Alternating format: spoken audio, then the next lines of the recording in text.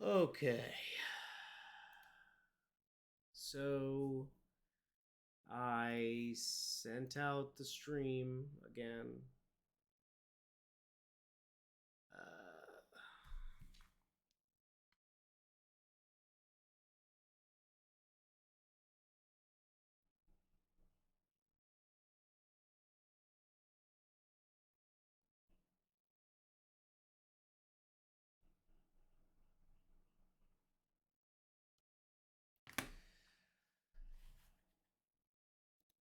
I threw the stream back up because I don't know, it exploded on me. I don't know what happened. I don't know what happened, baby. I'm just over here trying to stream for the people, be the people's champ, be the pog champ that everybody wants me to be, and my stream just explodes.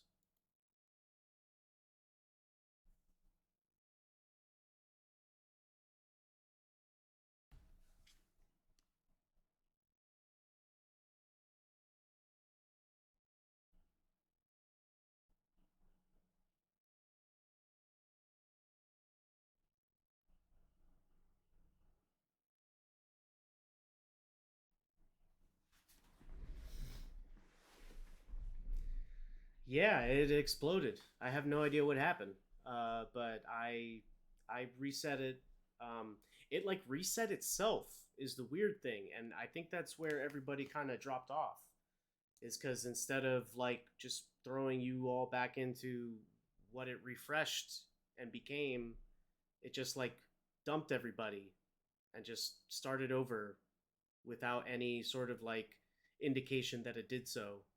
I didn't even see it crash. I just noticed like everyone disappear and like my stream had like 2 minutes going when I know I've been on much longer than that. Art cannot crash. It can only be eaten.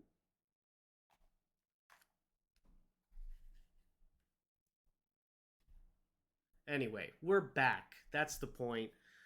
I was gonna say, while I was getting kicked off the internet for being way too good at art, being silenced by the secret uh, hands that control the internet, uh, who shall never silence me. Um,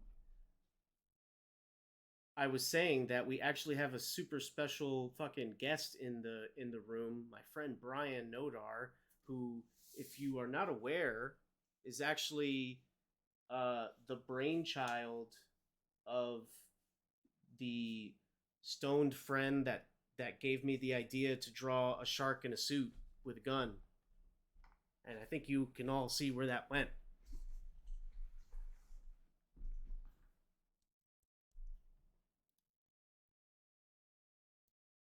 Oh, jerk crashed my stream. I see.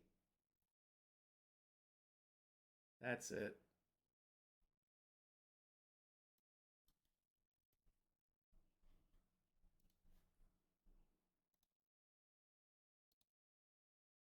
I'll throw his stream on to give him numbers. Um. Anyway, so yeah, my friend Brian is here, and he is the guy who you know has been my friend for a very long time and helped me come up with the hue marks. Essentially, factually, friend of the podcast, friend of the show.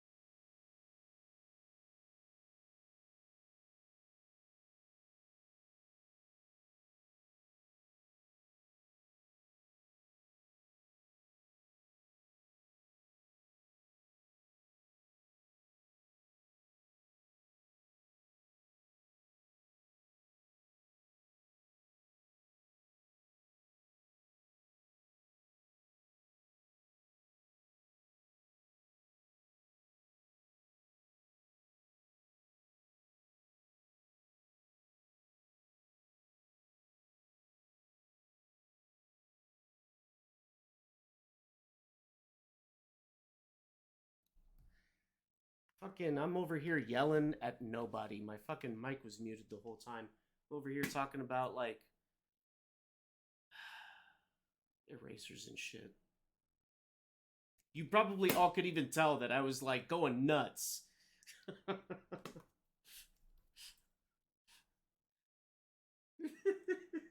You probably are all like, man, Victor, I know Victor's saying something. He's like, wow, he's like shaking the fucking whole world over there. He's got to be yelling at something.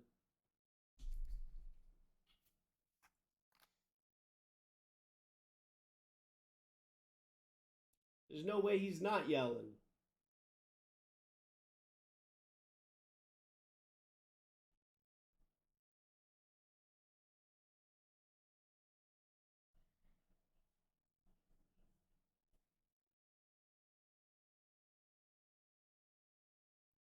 Yeah, yeah.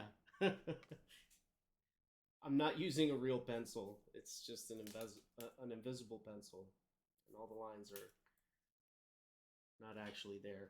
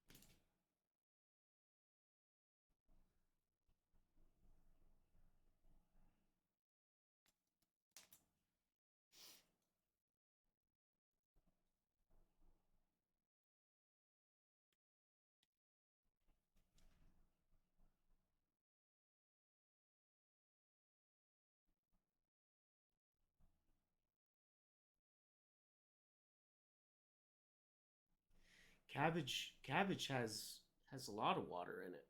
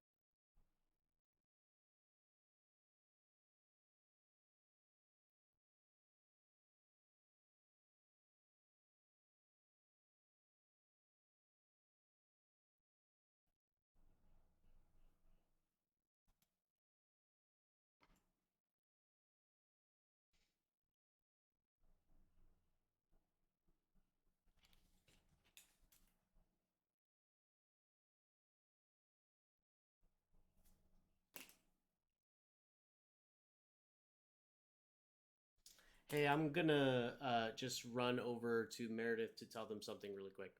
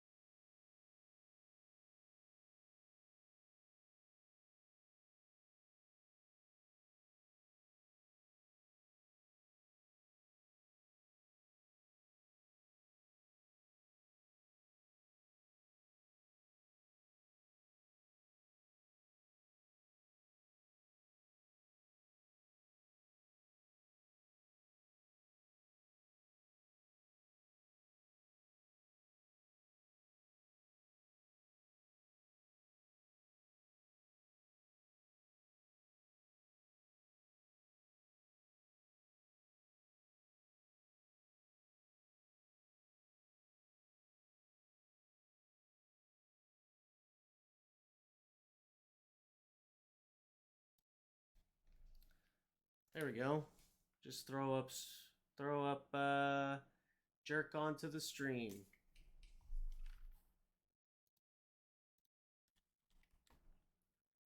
Oh wow. Look at that.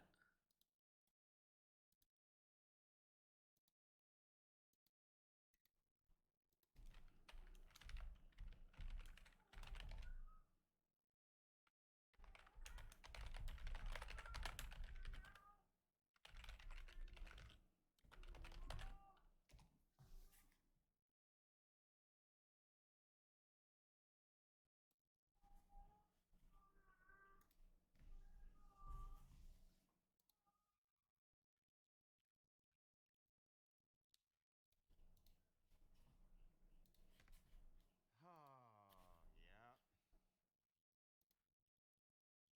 Has that all like blown over or is that still happening?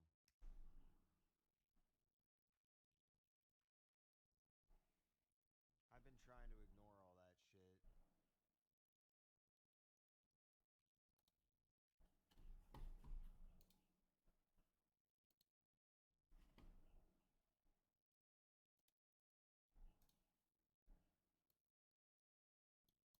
And vegetation? There's not vegetation, he's just coming up out of water. But I just.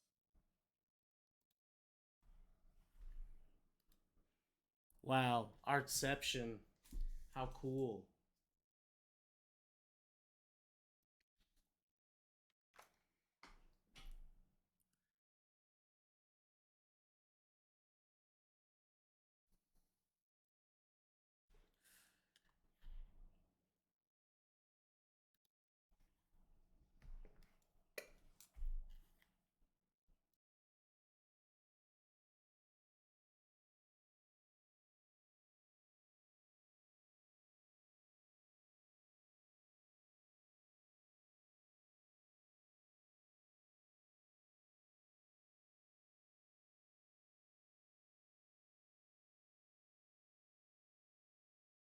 I think I'm just gonna go ahead and do the panel borders.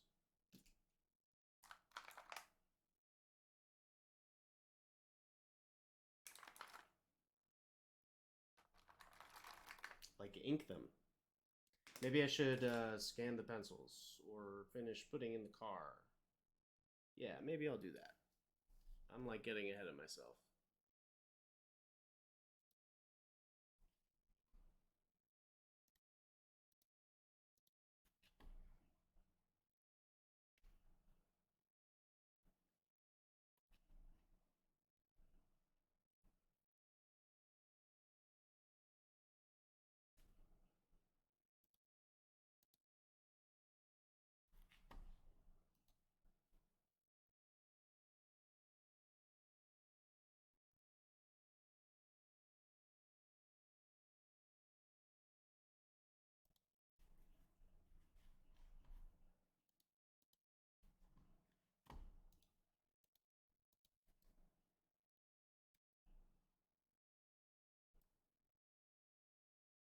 I think I've got this angle in here now.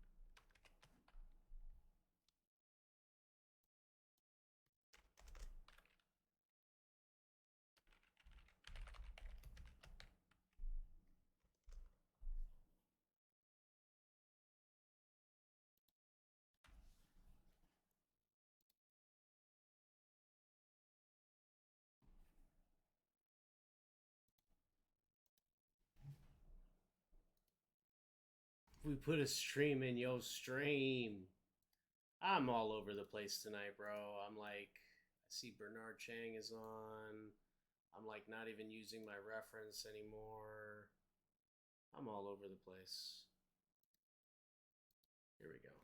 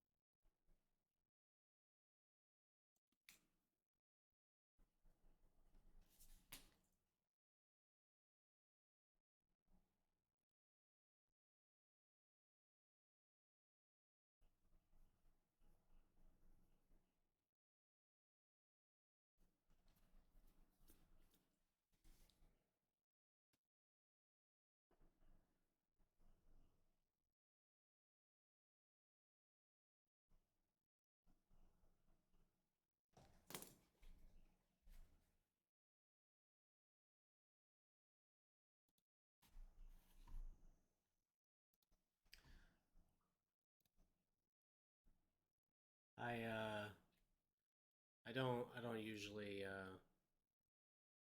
I'm not usually all over the place like this.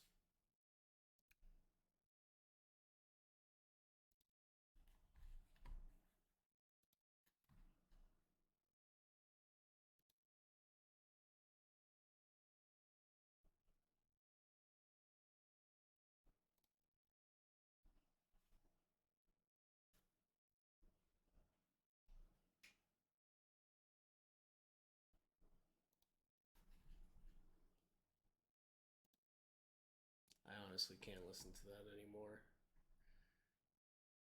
Um yeah, okay.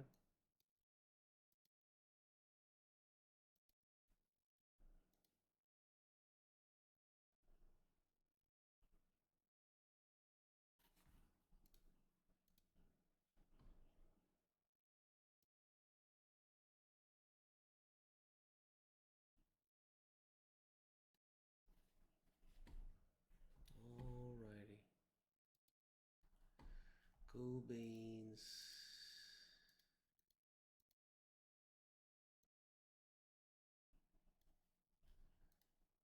I don't even know if you can see the car anymore.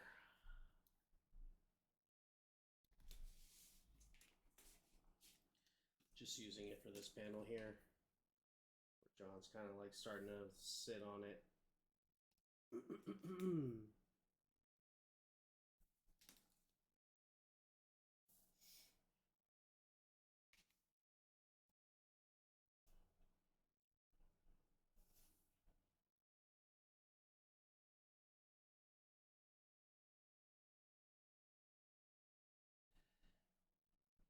I think once I solidify the drawings on all this stuff, I'll be able to ink these pages in like a day, like both of them.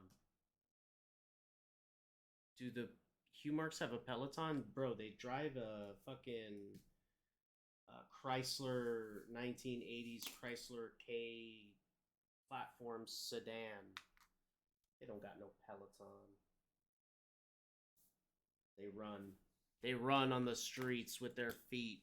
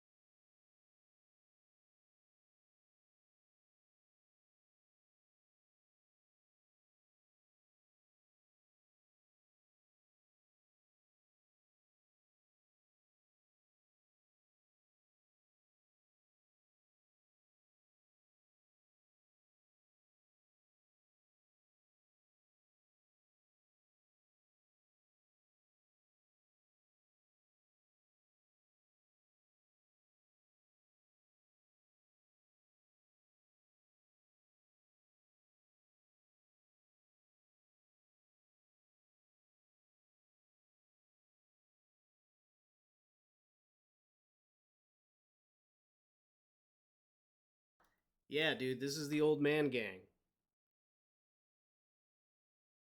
This is like literally the same comic.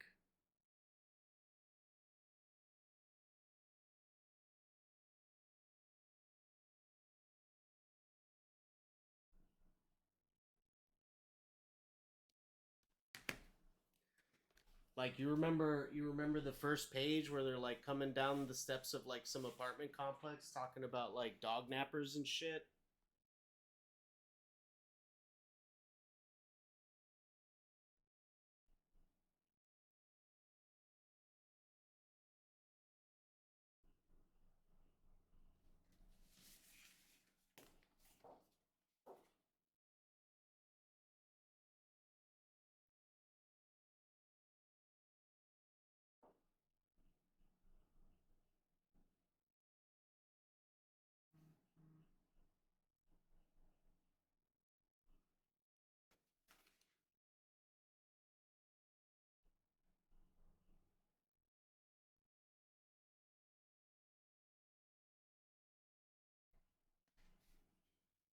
Oh no, no, those are the strips. I don't have those. I mean, I do have them, and I have them like scanned and everything, but I don't.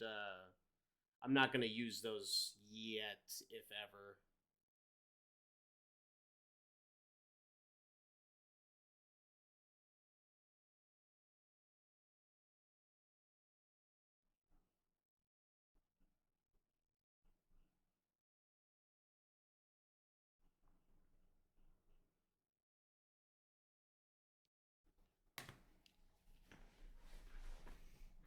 I do have those strips though. I can pull them out. Or like I have them scanned in my computer. I can pull them up.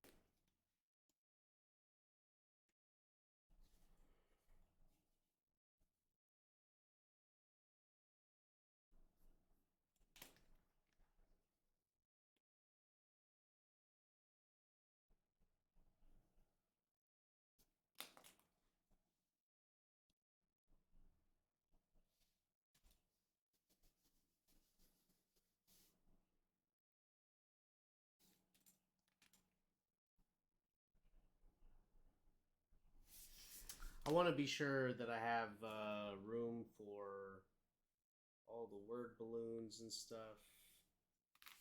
Make sure I put them in the right places.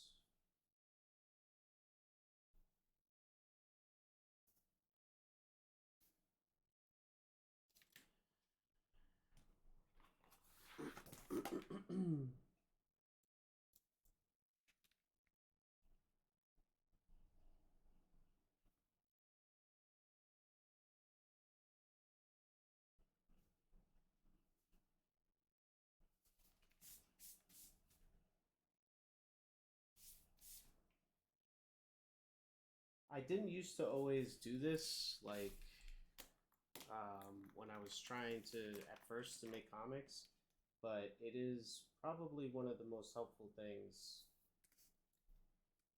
to like actually plan out your word balloons and stuff.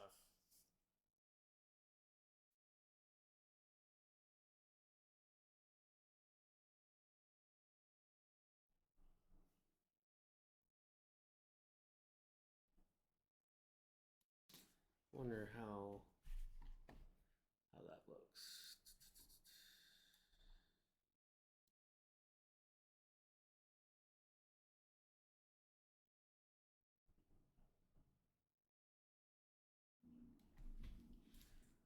Yeah, more or less.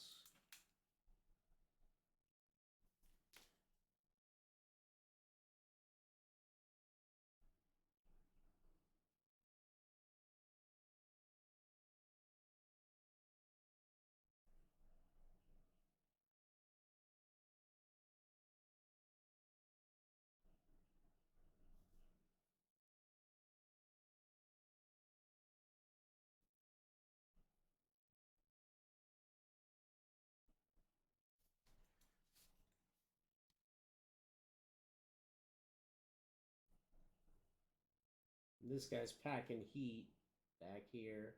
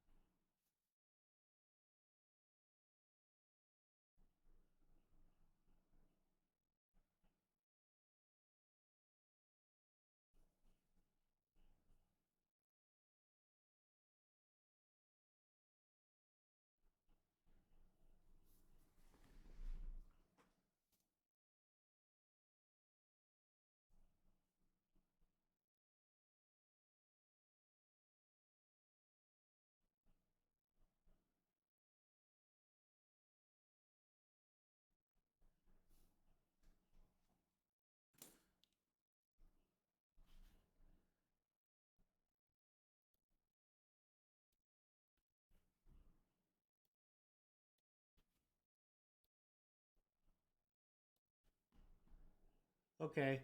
Good night.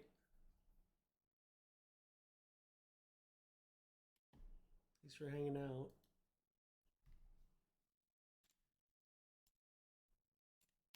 Oh, Brian, you still here?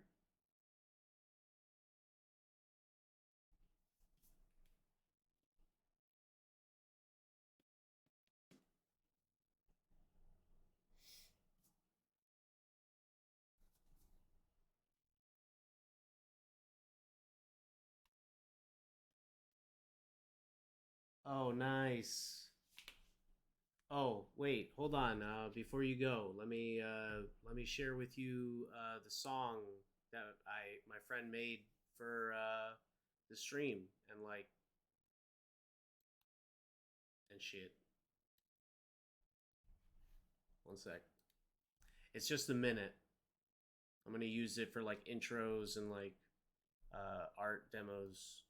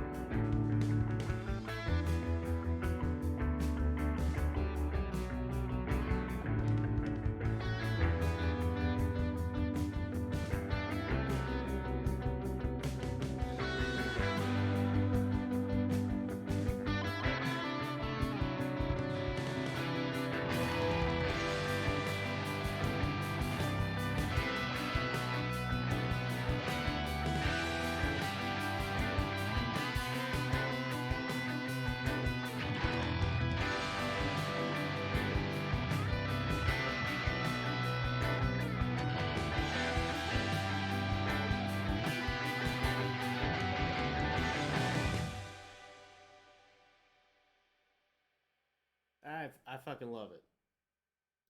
I asked him for a 10 to 20 second riff. I asked him for a 10 to 20 second riff, and he made me like a full minute of that.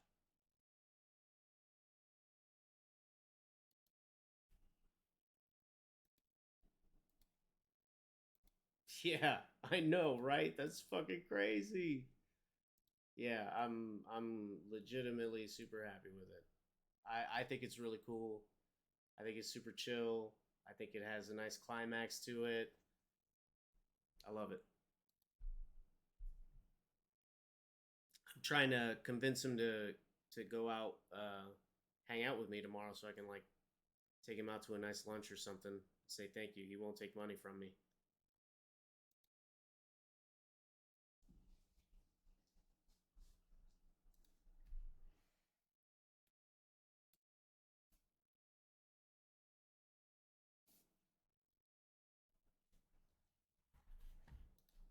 That's all.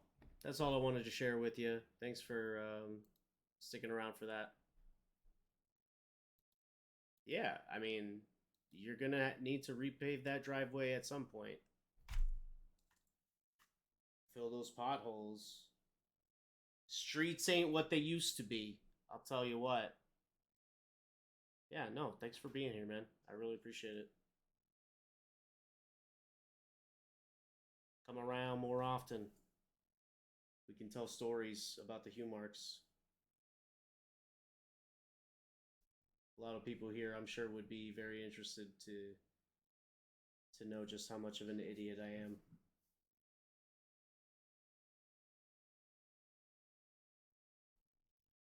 Thanks, man. Yeah, I'm trying.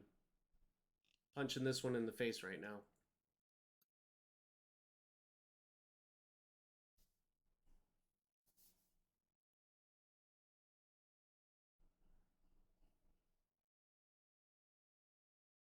We'll talk this weekend about Red Dead Redemption. Sleep well, bud.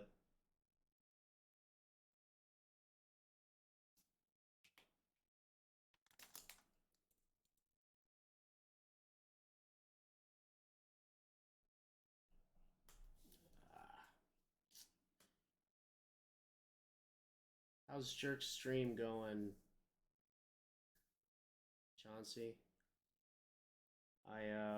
I was gonna turn it on, but it started getting a little bit too complicated having that many streams open and all that.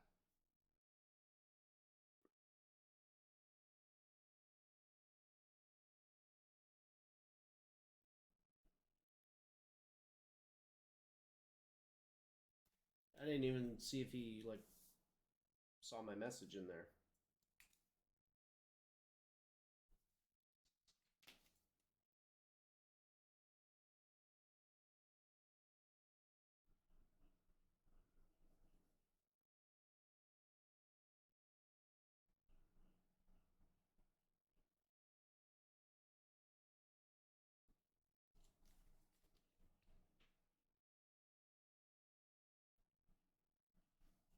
Yeah.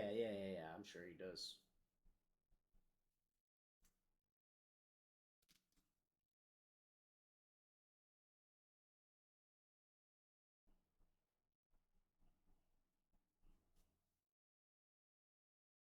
I gotta draw this old man's real squished, punched, punched face.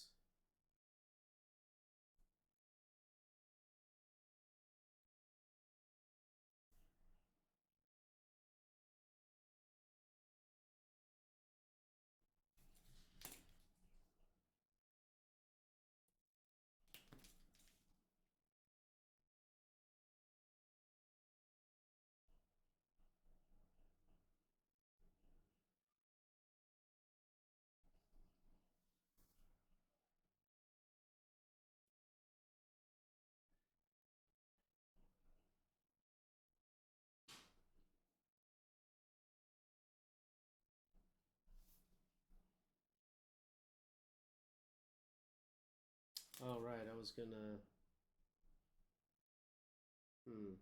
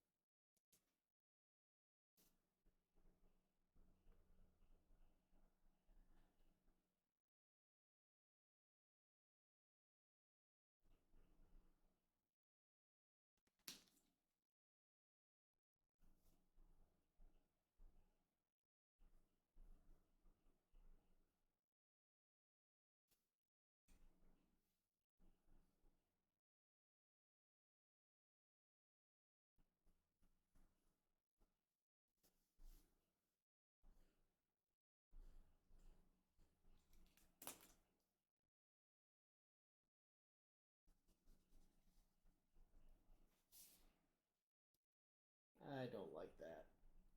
I don't like that, but I think I can just shoot his elbow out this way.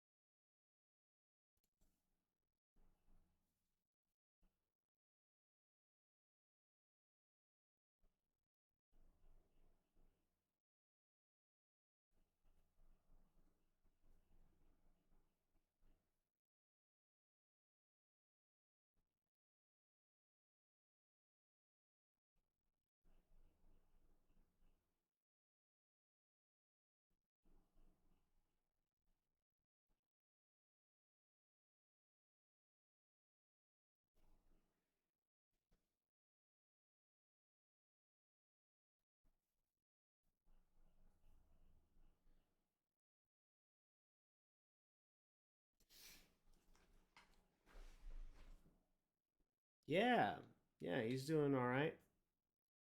I think he's working on some like a really big commission actually. It looks like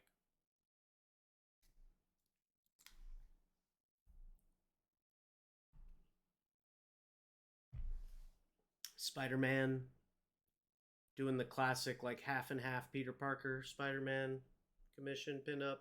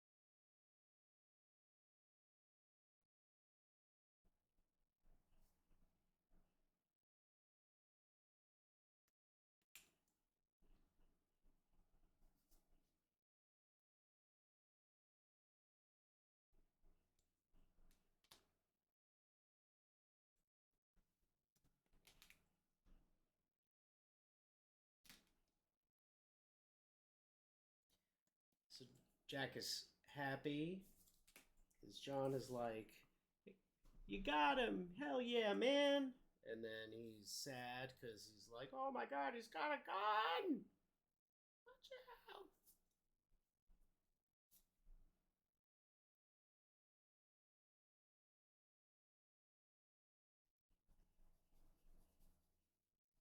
This guy's gonna be kind of silhouetted.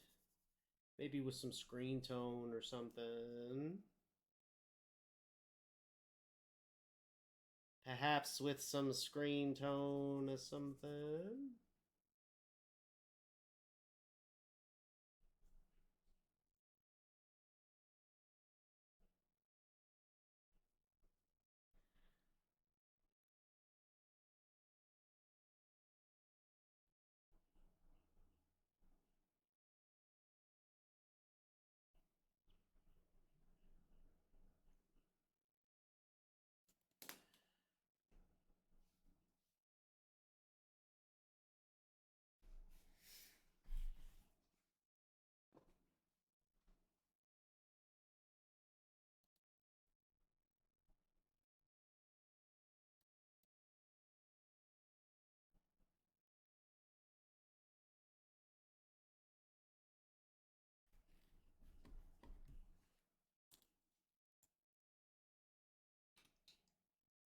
I think I think the pencils for page one are done. Solid.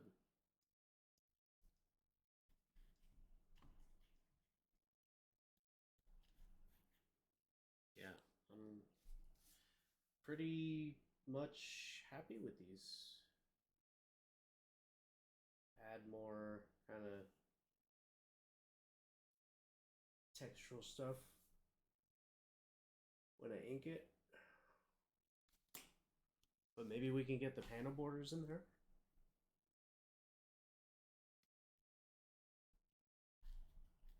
Yeah. Let's do that.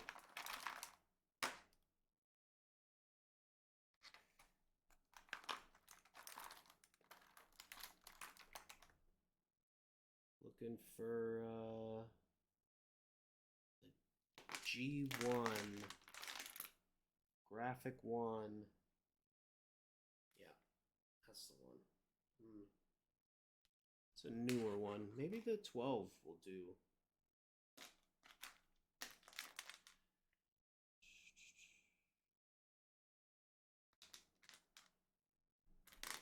Yeah, this guy's pretty big.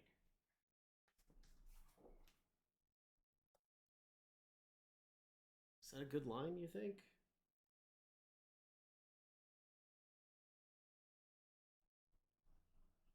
For panel borders?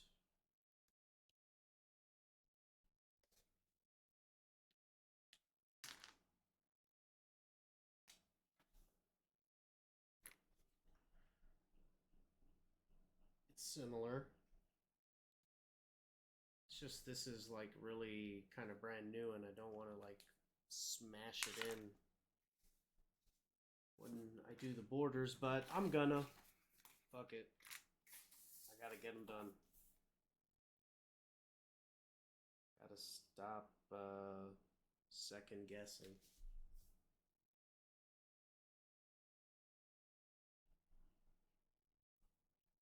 Let's start at the top and work our way down.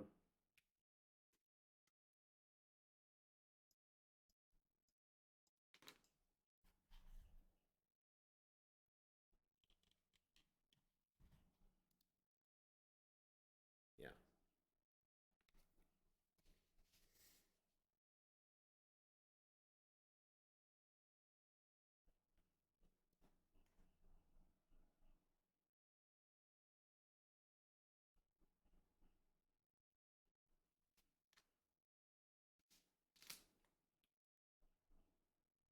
That first panel is an open panel, so no border there.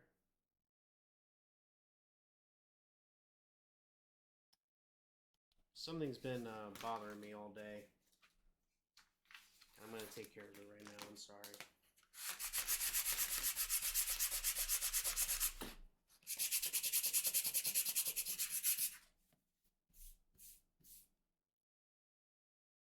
There's like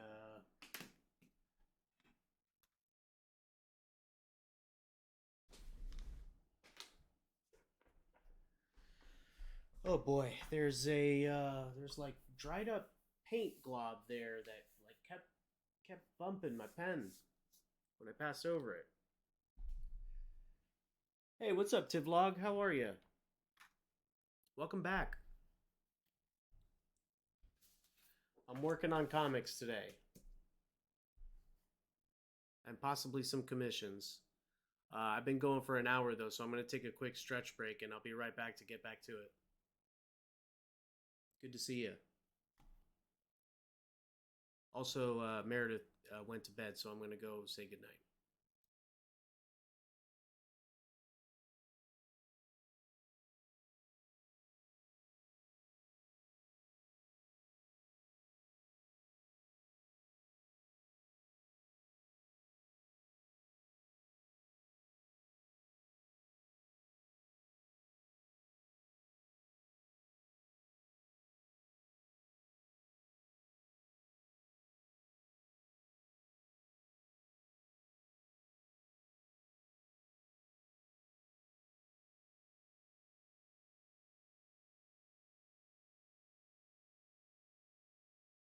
Thank you, Tivlog. Be right back.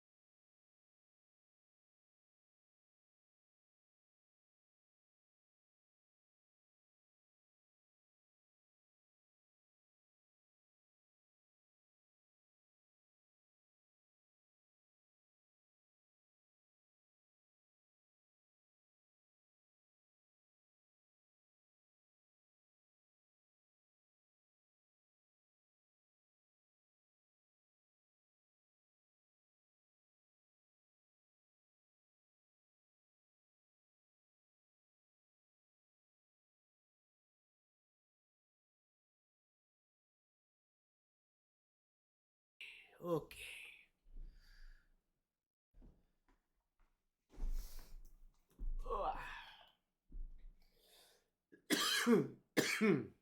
Excuse me. Excuse me. I am back. My wife, my partner, is in bed. Sleepy time in it. I'm out here just trying to make comics.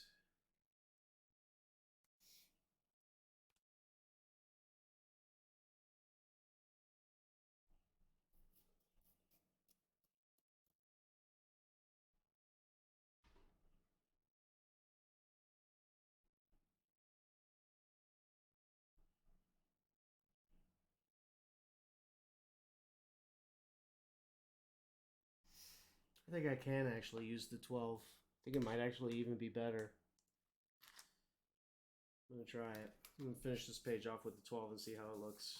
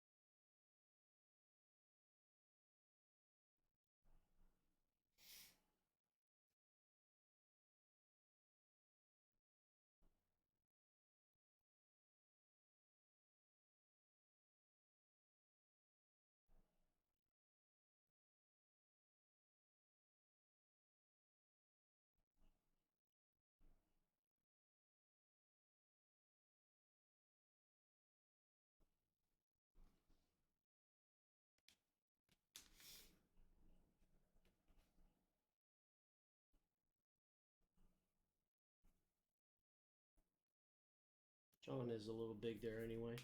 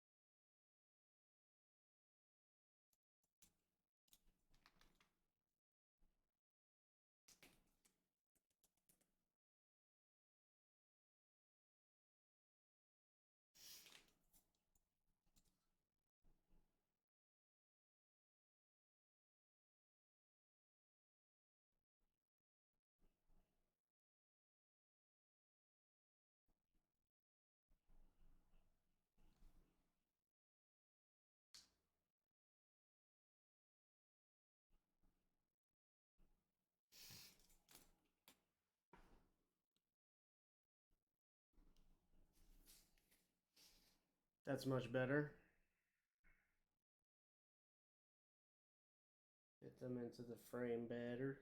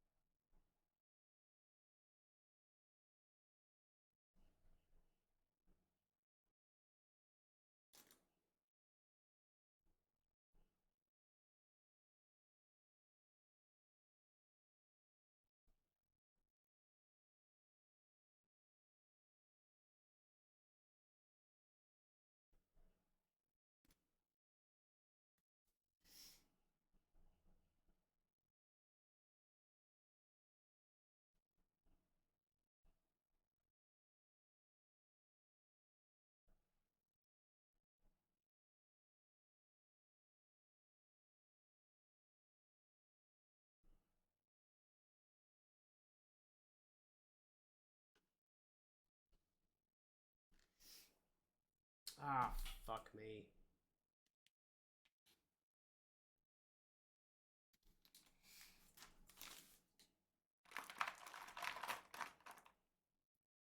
Me and my blind ass.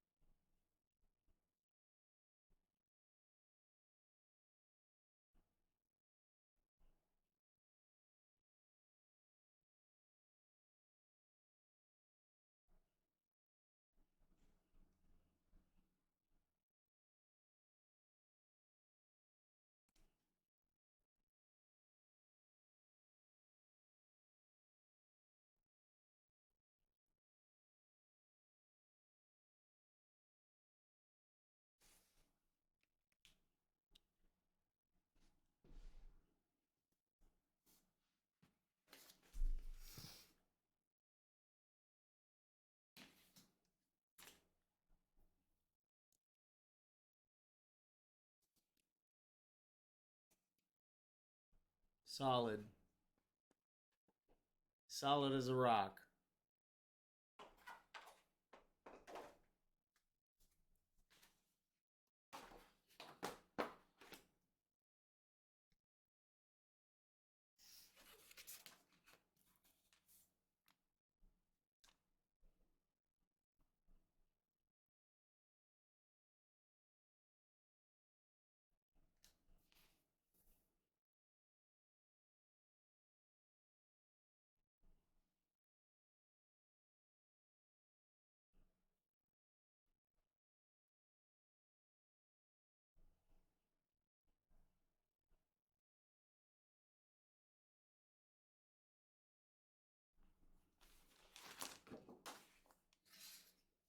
Let's do it the same way again.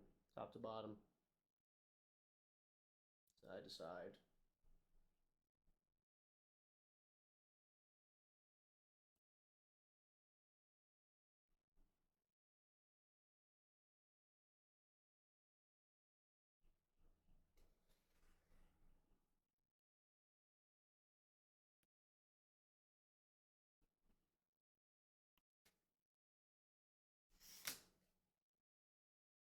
Middle panel's the open one here. But we are going to give it... I don't know if we're going to give it the middle border yet. Actually, we might not. Let's not. Fuck it.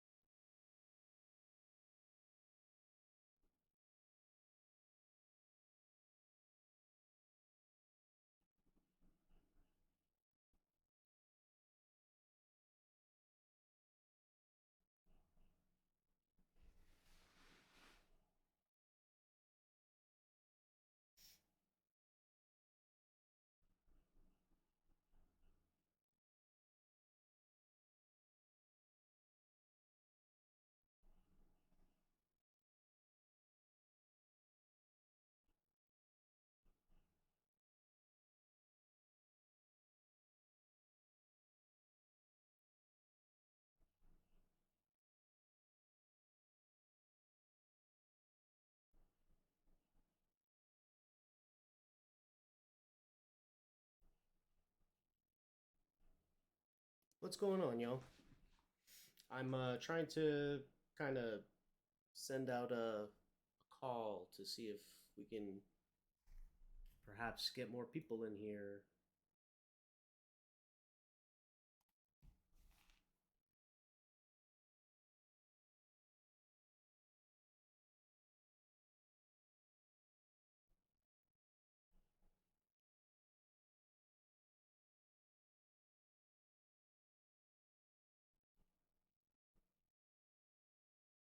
Realize I didn't post any story or anything to say I was coming on tonight. I don't know if Phil posted anything.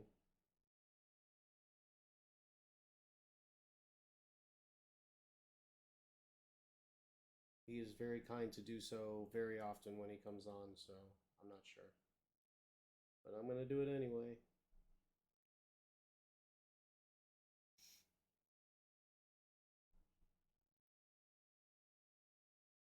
Song? Any recommendations?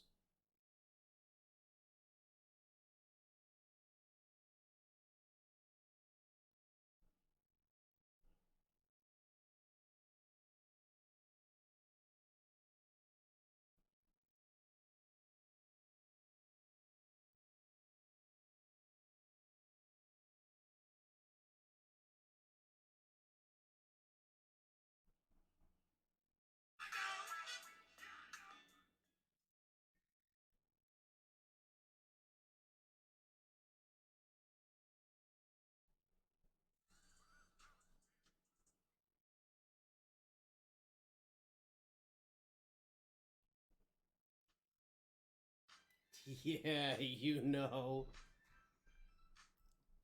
I like to bring the energy.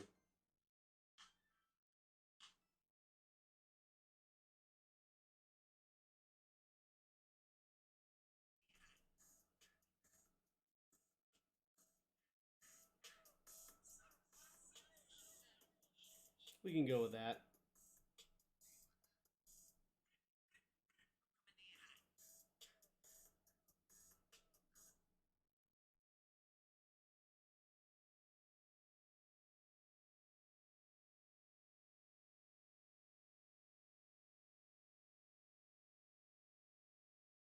How you doing, Chauncey?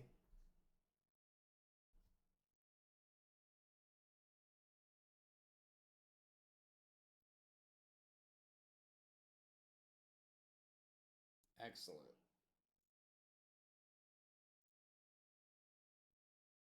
Comes right to the stream. Oh, Phil's right there on my stories. Let's see. No, not tonight. I think he was repping Chauncey though. Eldon. No, he was repping Eldon. My bad, Chauncey. Anyway, let's do the damn thing. We got panel borders to keep making. We did up and down. Now we're doing side to side. I think I'm keeping the middle panel completely open, just to make that like the big action part of the page. And then yeah.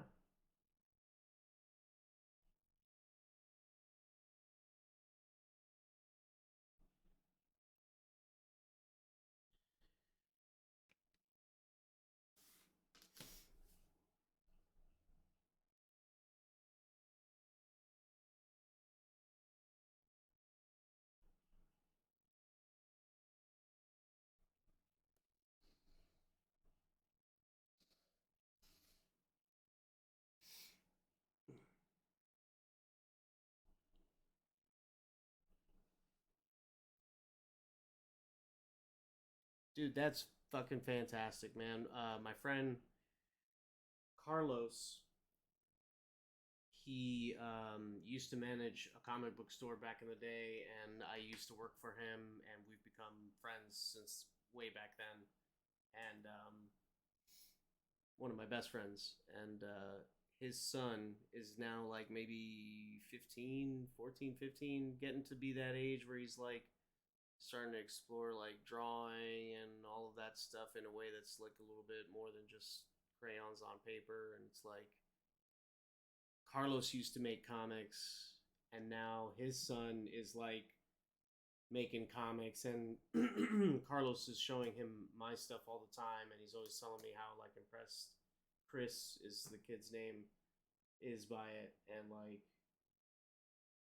it's really nice to hear. But when Chris tries, I don't know if this is like because maybe he's seen his father's stuff, but like Chris's comics are super super super similar, like almost like hereditarily similar to what Carlos used to do in his comics when we were at the comic book shop back in the day, and like stuff he's shown me that he has like notebooks from when he lived back in Cuba, that he used to make, um, and he sort of has this like chibi sort of cartoony style, but he like draws everything super meticulously to where there's it's like not it's the opposite of what I do.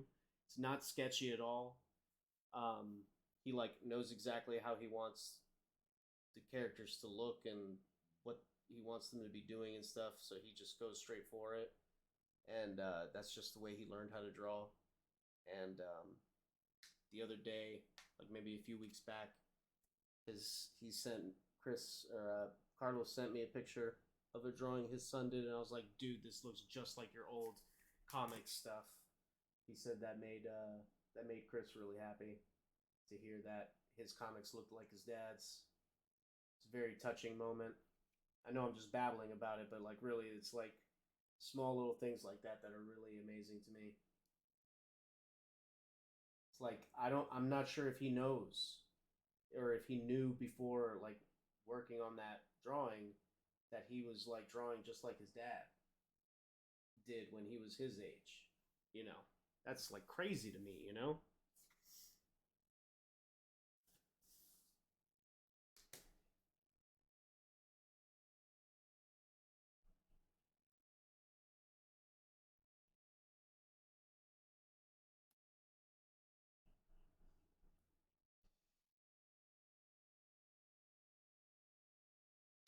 Your daughter is lucky to have a father like you who is sure to nurture that artistic bone uh, as much as possible. For sure. I totally agree with that. Creativity goes beyond what's on the canvas, absolutely.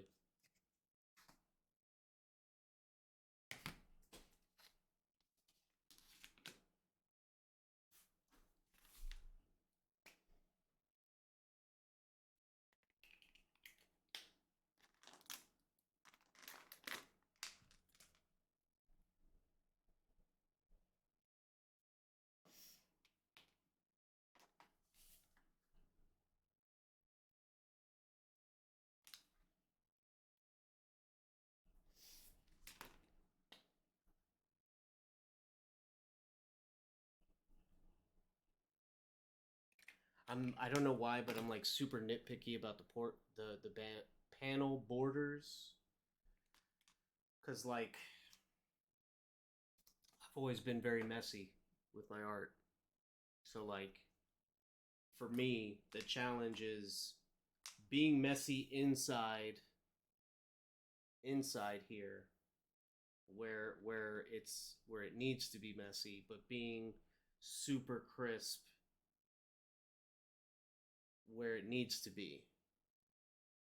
You know, I find that like dichotomy, duality, whatever, like very important in the work that I'm doing. Like I need it, otherwise it just can't. It won't function. If you go back and look at the panel borders in the comic, well, actually, the comic that I'm sending you, because I still need to send you that. I have a pile of stuff that I need to send out, and I need to go to the post office probably tomorrow. In fact, to get that out. But anyway, if you look at that comic, you can see it on my Patreon. Like every panel border is like drawn super neatly. even with all the madness in that comic. Even the panels that get weird, like the super diagonal pointy ones, and when they're running away and stuff. All of that, like I really was very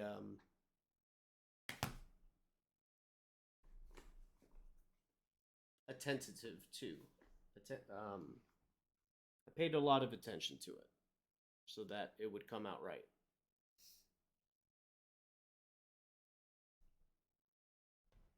And I'm sure you could find some mistakes here and there, but it's still overall like, man, just thinking about this monstrosity of panel borders and like separation of images, like what the hell is going on in this like quad state meeting point here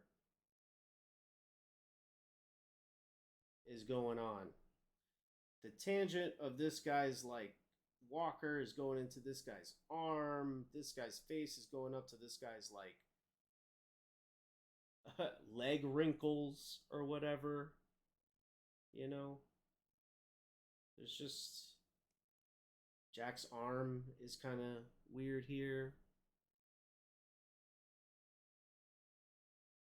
There's no separation, no space. It really hurts to look at this, but it's growth.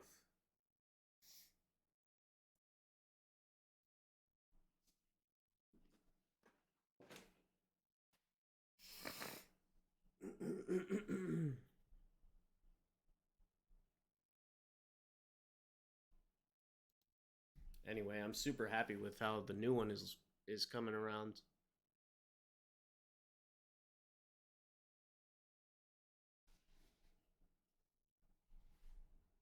Definitely a lot better.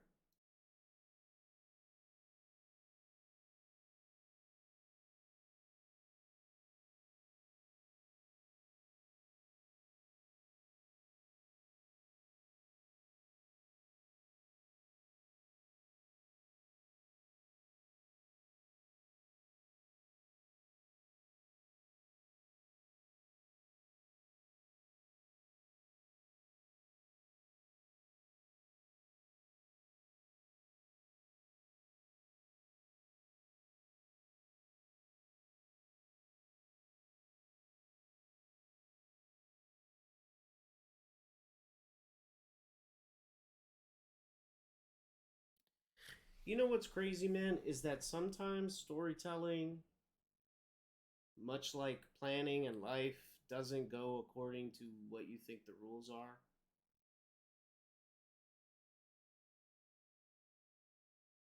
And even though you know all the rules, rules are meant to be broken. I know what I know what video you're referring to. I haven't watched it yet, but I plan to. Paul Pope is definitely a big inspiration, and so is Alex Toth. So hearing him talk about Alex Toth is super exciting. But I just didn't. I had a lot on my mind today that I couldn't like sit down and listen to something.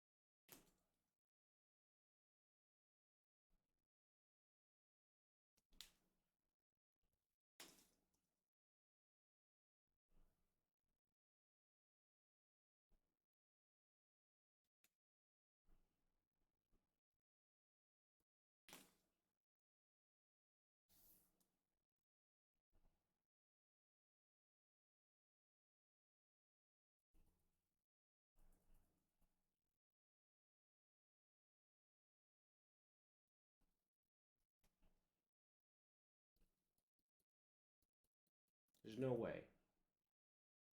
out of lead again already? Are you fucking serious?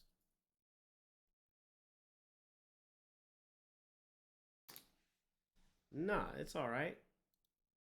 In fact, why don't we just like put that on? Because I haven't listened to it.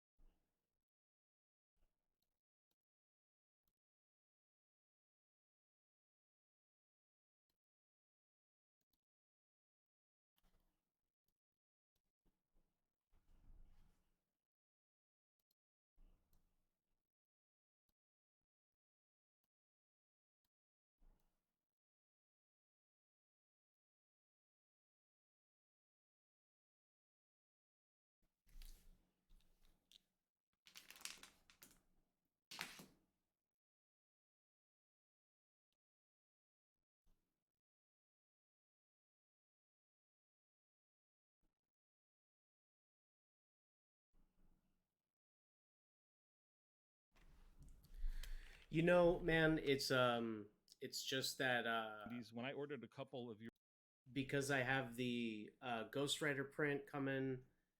Like I knew I wanted to make something for patrons, and you had like literally just joined. Um, I do have your books like basically ready to get put into an envelope and sent to you, but I also want to send you like all the other stuff that I'm gonna get to patrons at the same time. So I just basically am gonna send you a giant package with everything to catch you up to the patrons that have been around. But that's the reason I haven't sent it out yet. It's just that I know I have like more stuff to make before I can really send it out. But honestly, at this point, I might as well just send out the books. They're smaller, and I don't want to keep you waiting anymore.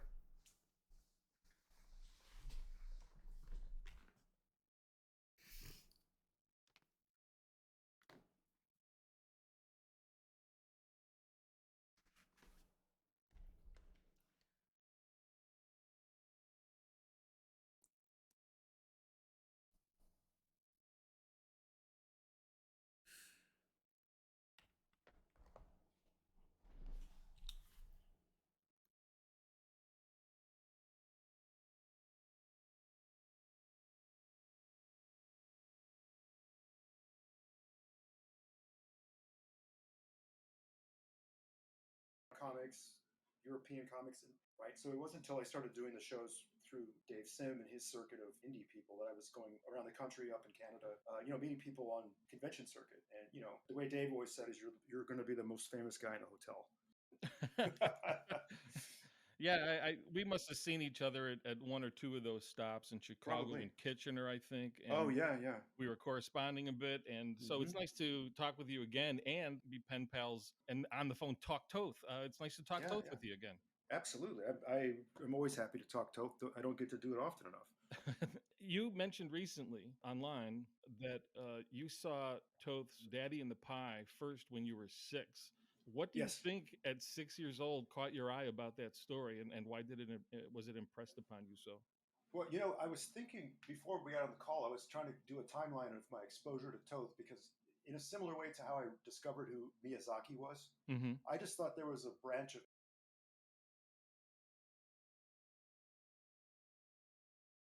anime that just looked like this. This was a house style. Probably wasn't until I was around 13 I figured out that the guy who drew Daddy in the Pie was also the guy that was the art director, concept designer for Space Ghost and Herculoids. Right, you're I did, connecting the dots, yeah. yeah, I didn't even and Blue Falcon and Super Friends, and I didn't even realize that those were all the same guy because I was just Mm-hmm. really attracted to the aesthetic And I think for Daddy and the Pie, I think it was UFO magazine. It was a Warren publication. Got it at the grocery store. It must have been 1997. I was 6, and back then, before the direct market, especially coming from rural Ohio, it was really hard to find comic books, let alone anything as quote unquote adult as Warren comics. Right. And yeah, my dad let me buy it. And I just, for some reason, that story in particular stood out to me. There was something about probably the thing that you just fall in love with an artist when you're young and you're not even at the developmental stage as an artist yet. You're just attracted to something about it.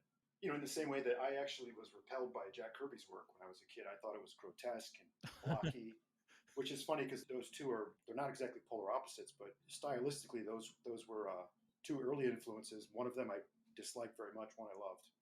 Yeah, it's funny. I think with Kirby, I couldn't take my eyes off it, but it felt dated and wonky to me when I was young. But then I would like buy every issue of Eternals and Devil Dinosaur and wrote a letter to him and all that Oh, stuff. wow. So We got there must have been something in it that I couldn't deny. got more And then I car came to appreciate him more and to more draw. as it went Yeah. on. I cracked the code on Kirby not too long after. I traded some. It wasn't comics. I don't remember. This kid I knew gave me some Commandees, Mm-hmm. and I was around 10 or 11 at that point, and I was just old enough that I could see the edginess in his work, and Commandee was just so strange, And so once I kind of went down that his 70s route, the D-Man and OMAC and those books, then I really did fall in love with him. And in the case of Toth, it's different because all I had was Daddy and the Pie. Mm-hmm. I think the only comics works of his I saw, it didn't even occur to me that Alex Toth was the name of the artist. It just was the story I loved. And it wasn't until I found, you probably remember this magazine, I think it's only one issue, called Dragon's Teeth. Yeah. Came out in 1983. I was 13. And that had Ooh La La. And then I just fell in love with that. I was like, oh, it's the same guy. I get it. And by then, his style had morphed into that sort of like high cartooning style that he had. Everything was just reduced. And then at that point there were, we had comic shops, and then you could go and find back issues and things. Right, and then you started tracking down more once you As much as I connected the could. dots. And that's probably a similar path for me. Some people who've been on the program were Marvel kids and they didn't appreciate it until much later. But I was much like you, where I was surrounded by it. I did not know there was something about it. And then in that era, in the early 80s, he was doing Ooh La La and stuff for Red Circle. And it all was like kaboom, it all clicked. And then I was, I just had to admit I had a problem maybe, and I have ever since. I loved those Red Circle comics back then. I mean, I loved all the kind of off-brand comics. I read everything as a kid, right? So I read, what is it, Black Hood and the Fox and Agent Shield. Right. Is that the name? There's Sergeant Steel, or I forget. There was like a Captain America knockoff character. The DNA agents, like any Nexus, Love and Rockets. I just read as much as I could. Right. And does Daddy and the Pie stand up to you now as you look at it today? When you brought it up last week, I hadn't really thought about it for a long time. So I haven't gone back and reread it, but I have a shelf of pretty much everything Toth's published now that all these archive collections are coming out, especially the beautiful stuff that Dee Mulaney's been doing. Yeah, the Genius books. Yeah, they're great. I'll have to go back and rediscover it. But the one that really stood out to me was his story Taps, more than anything. Remember that one? So I'm trying to get Yeah, and this that's that angle with the reduced car style now. like you were talking about. Both Ooh La La and Taps are top 10 reading Toth for me. And we're forgetting cartoons, because I also picked up the Cartoons magazine with all the hot rods, and then he did Granny McGo. Oh yeah. Kind of thinking that basically the panel is this. It's just when you're that age, you don't put it together, because I could get Cartoons magazine at the grocery store. Wow. And again, this was before comic book shops. So like if you went to a 7-Eleven, or we had Lawson's back in the day in Ohio, but they had a spinner rack, and like I remember I fell in love with that comic, The Warlord, Mike Grell comic. Oh yeah, I was a fan then too. Yeah. You could only find one issue of it. You could never collect it. You'd have to get a subscription, and when the subscription came, usually the comics are all bent up or torn. So it was just impossible to collect. Right. This pencil has become Yeah, that's cool though. suddenly. You got your hands on printings of the actual magazine, and not just waited till the collection of One for the Road. Oh, One for the Road is still one of my I haven't favorites. used the It's 2 millimeter because I'm always trying to pencil in a find while, ways to get so- faster. And We're like gonna it's get just such back a into mystery that, how I his stuff can guess, be so reduced because and I'm yet kind look of so tired of polished at the same time. Not that polished in the lead way we would breaking think on me like like Right. that. Bernie Wrightson would be Kind of polished, or you infuriating. know, somebody Alex Ross is polished. Yeah, it's a different level of finish, a different way of finishing, right? Yeah, it's reduced in a sense, and it's a little more robust than another one of my favorite cartoonists, Carl Barks, because I've got those oversized black and white editions of his early Duck comics, and they're perfect. No line is by accident. There's no cross hatching. There's nothing hiding bad anatomy.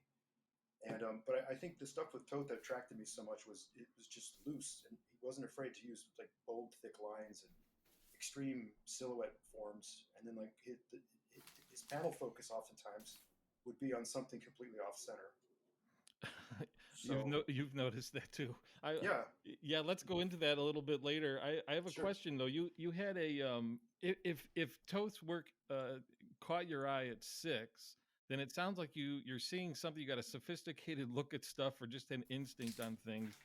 Maybe it's precocious, but when I first saw your work pop up like in THB and then ordered those other books, I Mhm. saw a Toth influence in it. There's like a Oh yeah. long sequence where the two characters are just talking in almost silhouette or highly, lots of Hmm. black for pages and pages. They're just talking. And I thought, well, that's really gutsy to do. And then you can see your other influences too. Hmm. You've mentioned recently, who did you say? Toth is in your Mount Rushmore, I suppose. Back then, when I was starting THB, at that time I was looking at Dave McKean and Toth, Kirby, Mobius, and Hugo Pratt. I love the Italians. And Right. Attilio Michelucci is one of my favorite, Oh, probably yeah. my favorite cartoonist of all time. Great stuff. And I don't know how to pronounce this other guy, though. Crepa? How do you pronounce it? Krapax, I believe. I know the work, but I am not steeped in it. And Oh yeah. now that you've mentioned it, I'm comparing. I'm like, oh, man, I could see this. But there's Yeah. when you burst on the scene, to my eye, and we talked about this then too. You're kind of it's kind of a conglomeration of Western and Mhm. South American and European. I don't know if there's much initially Japanese or manga influence there, but it's kind of this distillation of different things. Miller was doing that a little bit in ways, Mhm. Mhm. but I'm really curious how that developed and how early that took hold and what artists were those artists kind of like looking at those and synthesizing those through your own your own head and then through your own hand. Is that how it came about? How did it come about? Well, I think I was lucky enough that we had a gas station when I was a kid nearby, and they had heavy metal magazine. So I was able to, and for some reason they sold me. I was probably 10 years old again, around that same time. They would sell me heavy metal magazine, so I was able to see all of the best European works. I didn't. I mean, like most kids in the West at that time, I was only able to read the manga that was translated, which Mm-hmm. there was very little of it. Lone Wolf and Cub wasn't even translated yet. Right. And then it wasn't until the mid '90s when I started working for Kodansha in Japan that I started really getting immersed in manga. That's a whole other universe, right? Right. So Right. yeah, by the time I started working professionally in like my early 20s, like 21, 22, I had Maybe the pretty car much is a gone down little the path of high, the bande dessinée, fumetti traditions. and I'm wondering what And at would the be same time, I was in easier art or school, so I better was studying to art move history and the painting, car or John. like studio arts. So getting a lot of pressure from the academic world that I was in half the day to not to put these juvenile comic books away and You did focus get on. that. Wow. Oh, a lot, yeah. I only had one professor who was supportive of my interest in comics, Fioris West, who eventually became my advisor. And Mhm. I was in art school for 8 years, largely because of him.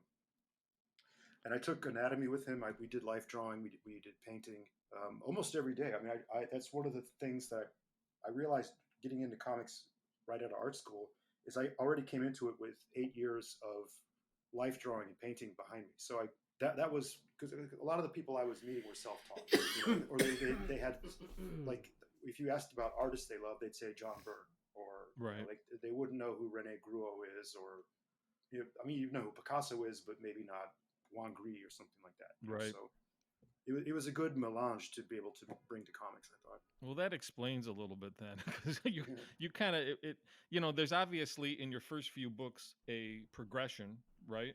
Yeah, well, let's Um, hope. but They're hard to look at now.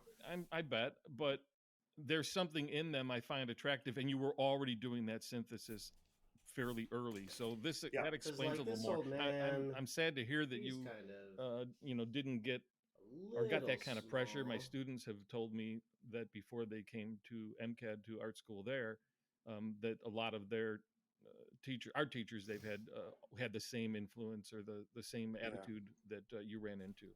Well, it's funny. It wasn't until I moved to New York and I befriended Yuko Shimizu, who now is one of my closest friends, and Hmm. she invited me to SVA to just meet people. So I got to meet Marshall Arisman and David Sadlin, who I was already a big fan of. I was already collecting his silk screens and his books. Hmm. And I literally almost wept because I was in my late 20s at the time. I think maybe 30 by this point, and I had never been into an art school that just embraced illustration and comic books and the art of comics the way SVA did. And I know now there are other schools that do it, but just within the 10-year jump from when I started college to by the time I was touring SVA for the first time, and I've since gone and done lectures there, and I was offered a teaching job, but it just conflicted with what I do, Right. so it didn't work out. I know a lot of people, like professionals, who will spend a year teaching there, and then they also do comics or illustration. So yeah, where I went to school was a big emphasis on concept art and video art Hmm. at Ohio State.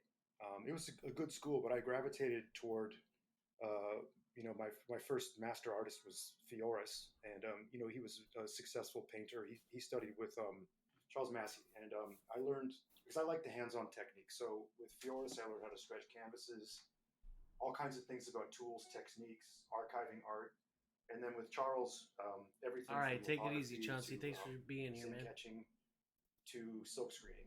And so that was even though at the time I didn't find a way to synthesize a career in comics with some of these other art school traditions and techniques, Hmm. they were all there. So luckily, those two professors were more sympathetic towards comics. The rest of them were just, they turned their nose up to comics. They thought it was juvenile. Yeah, I guess I'm lucky in that regard because from grade school through high school, whatever I expressed an interest in, and at home too with my parents, um, I was pretty well exposed to, fine art and classical painters and illustration. Mm. But cartooning was fine with everybody, and they would encourage me. So I guess I was lucky in that regard. Oh yeah, great. On that international thing, though, I mean, your work then seems to have an international appeal, Mm-hmm. or and Oh, it does grounding now. anyway. Yeah, it does now. And Toth, he was one of those guys. Some of his work was translated or printed in other countries. What do you think it is about his work um, that where he can cross the pond? That's a that's a good question. The only thing I can think is, you know, a lot of in Europe in the mid around World War II in the 30s, that era, the French, I don't know about the Spanish, but the Italians and the French were getting reprints of newspaper strips. Hmm. So they would see Captain Easy and the Phantom and Flash Gordon. And so I think that would have been some early influence that the Europeans were seeing from what they would have thought of as an American comics, right? Right, and somebody like Pratt would have also been from the Kniff school, right? Like Oh yeah, Toth was, so there's a connection yeah. there too. It's funny. There's an interview Pratt has where the interviewer, I forget which, it's one of these French um, interview collections I have, and I was reading it, and the interviewer is asking him like, "Oh, what do you owe a debt to Kniff?" And he's like, his answer was really not very good. He was like, "Well, I've been drawing since before I saw Kniff, so how can Kniff be an influence on me?" That's pretty disingenuous.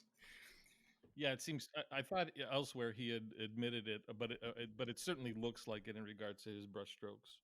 I was trying to get Steranko one time to talk about Krapax because I've never gotten not that he's not a straight shooting guy, but I was curious to like how did you guys in the '60s have access to European comics before heavy metal? Like you must have seen Krapax.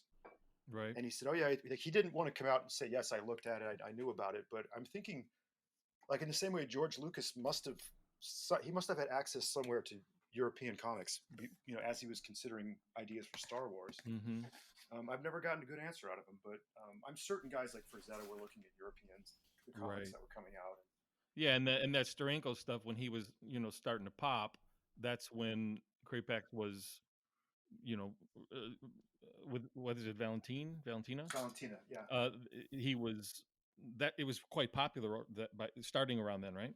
Oh yeah, he was a phenomenon that I don't think people here can imagine, like how big of a cultural phenomenon Krapax would have been. And Mm. I also read an interview or a review of the new Fantagraphics collections, which are highly recommended if people like Krapax.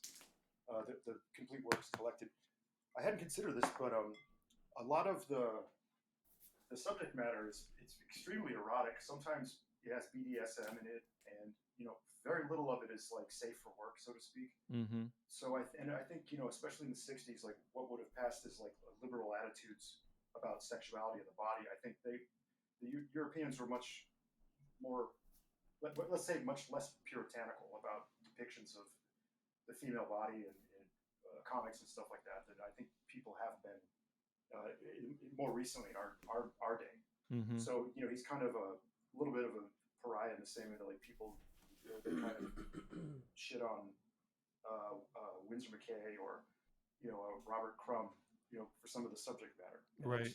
Somehow that overrides the aesthetic qualities of the work. To me, you can't throw the baby out with the bathwater kind of thing. Yeah. Also, context is important. In fact, I was talking to Dean Mulaney about this new collection of Kniff material that I don't know if it's been published yet, but it's a lot of the Sundays, the Terry and the Pirates Sundays, and they wrote an essay about the yellow face, like the character, what's his name, Chin Chin, I think, or something. Right. The cook character, like kind of just flagrantly racist character stereotype, and putting it in a historical context. And I thought that's a really great way to approach it because some of the stuff hasn't aged well. Nice. And I think Toth doesn't really have that problem as far as I Son of Insanity. I don't know who. I don't know. It's like very said like that, potatoes, kind of American type guy. Right. There's only made it here. 2 or 3 images that I've come across that are really great illustrations, but where I think they cross a line. And again, they were done at a different time. Mm-hmm. I feel like I know that name. That international flavor, though, I think it's continuing. Have you followed me on Instagram or when something? I track, I feel like every once in a while, Son of Insanity who is following the Toth Instagram I've got, and the show. How you got here? There is interest from elsewhere beyond the West, so I just think that appeal is still just there. Curious. Oh yeah, and that's fine with me. So you're developing, right? You're putting your own books out in the mid 90s, 94, 95. Things are hopping and popping, and during that time, after you'd already connected the dots about Toth, you contacted him and had some kind of pen pal kind of thing with him, right? Believe it or not, it was much younger than that. I was around 19. Okay, so what year would that have been? 89. This was when Eclipse was putting out the Zorro collections. Yeah. Because Chi and I would talk about Toth all the time. He's one of the. I mean, obviously, I'd see him every week because he was the art director at DC Comics. Right. He'd always have like Darwin Cook's pages in hand. Another big Toth head. Yeah. We talked about both plenty. Oh yeah. When Mark was on. I think about Darwin every day. He was a great guy, but but I mean that was great. So it was like a little oasis in the middle of Manhattan to go into Chiarello's office because not only was his bookshelf amazing, but he'd usually have fresh pages like John Paul Leone's pages would be in there sometimes, right. Just trying to Eduardo Rizzo's pages would be in there. Sometimes Corbin would be in there, and it would be a great place to see originals. Jump into some inks. Wow, I'm so jealous. I really those days were really fun. Like back when Dan DiDio first scan started, everything. I've got a bunch of he became the big presence at DC. One thing that he did that was great is he would host. I think once a month he would host a party for everybody from the mailroom to editorial to the cartoonists, whoever was in the city who was working with DC, and sometimes journalists.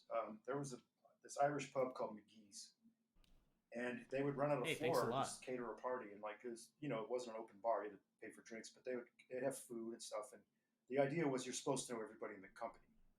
And it was great because, Yeah. like, Yeah. I All wound right. up being one Cool. of the guys in the No, I mailroom, and appreciate then it. his cousin was a pro boxer. We went to Maybe MSG that's to it. watch I pro do fights one time, watch Mm-hmm. Jerk stream and quite I a was bit. doing So research for 100%, one of my is he books. still on? It was just a nice thing because it was a sense of camaraderie. And now that everybody's working from home with COVID, and then all of DC's in Burbank, that I do Nice. kind of miss that sense of, like, having like a community. Yeah, I think working from home for so long, for decades, really, I had to make sure that I had that kind of community, and now I get it. The last, like 12 years at MCAD, we're always talking comics with other teachers and with students, so I'm getting fed somehow. No, you're right, because I was joking with my girlfriend about when the pandemic started. It's like, well, cartoonists have always been in quarantine. This is no different. Quite right. It didn't seem that different when it started. And I haven't done many shows. I mean, I was doing a lot, especially when Battling Boy came out about 2014 or so. A lot. I was on the road for about 8 months, all over the place. It was crazy. Got really burned out by that, so I wanted to take some time away. Mm-hmm. But like these days, like my art rep Felix Liu, he'll come into town, and we have a few of the artists on our team, and we'll go out for dinner. But then again, everybody's busy. Half of everybody has babies. Mm. Everybody's got 1 or 2, 3 projects going on at once. So it's been a lot harder to, like, really, like, sit down with people. I have a healthy social life, but most people know I'm an artist, or they know I'm the Batman artist or whatever. Right. I Not was, necessarily speaking the same language. You got to get that fixed yeah. every once in a while. Well, everybody thinks it's cool. I say, well, I'm not the only Batman artist. I mean, there's a number of them, but I'm one of them. But then they'll, the people I'm friends with now are like, they'll be musicians, or like my girlfriend's a yogi, and so that's a whole other group of people, sort of more the sports fitness area. And, Cool. even though she's a musician That as well, Swamp Thing so is coming along. so it's just not as many comic book people. Even though she didn't know much about comics coming into this, she loves Disney and anime. So there's a connection, a way in. Well, yeah, and it's neat because the stuff that she gravitates towards is like Krapax or Blutch or Miller or Mobius. So she's got good taste, even though I'll say, yeah. Yeah, that's just what she likes to look at. So. Well, again, you had good taste young. How did you get the guts to write Toth when you were 19? I was considering self-publishing. I started my self-publishing career started when I was 21. I think first published at 22. So I was doing research, and I read a book. I've mentioned this before, but this guy, I can't remember the name of the author, but he wrote a best-selling, like, million copy selling book on parasailing. And he self-published it. He made buttloads of money. And buttloads of money. He said, reach out to people in your field.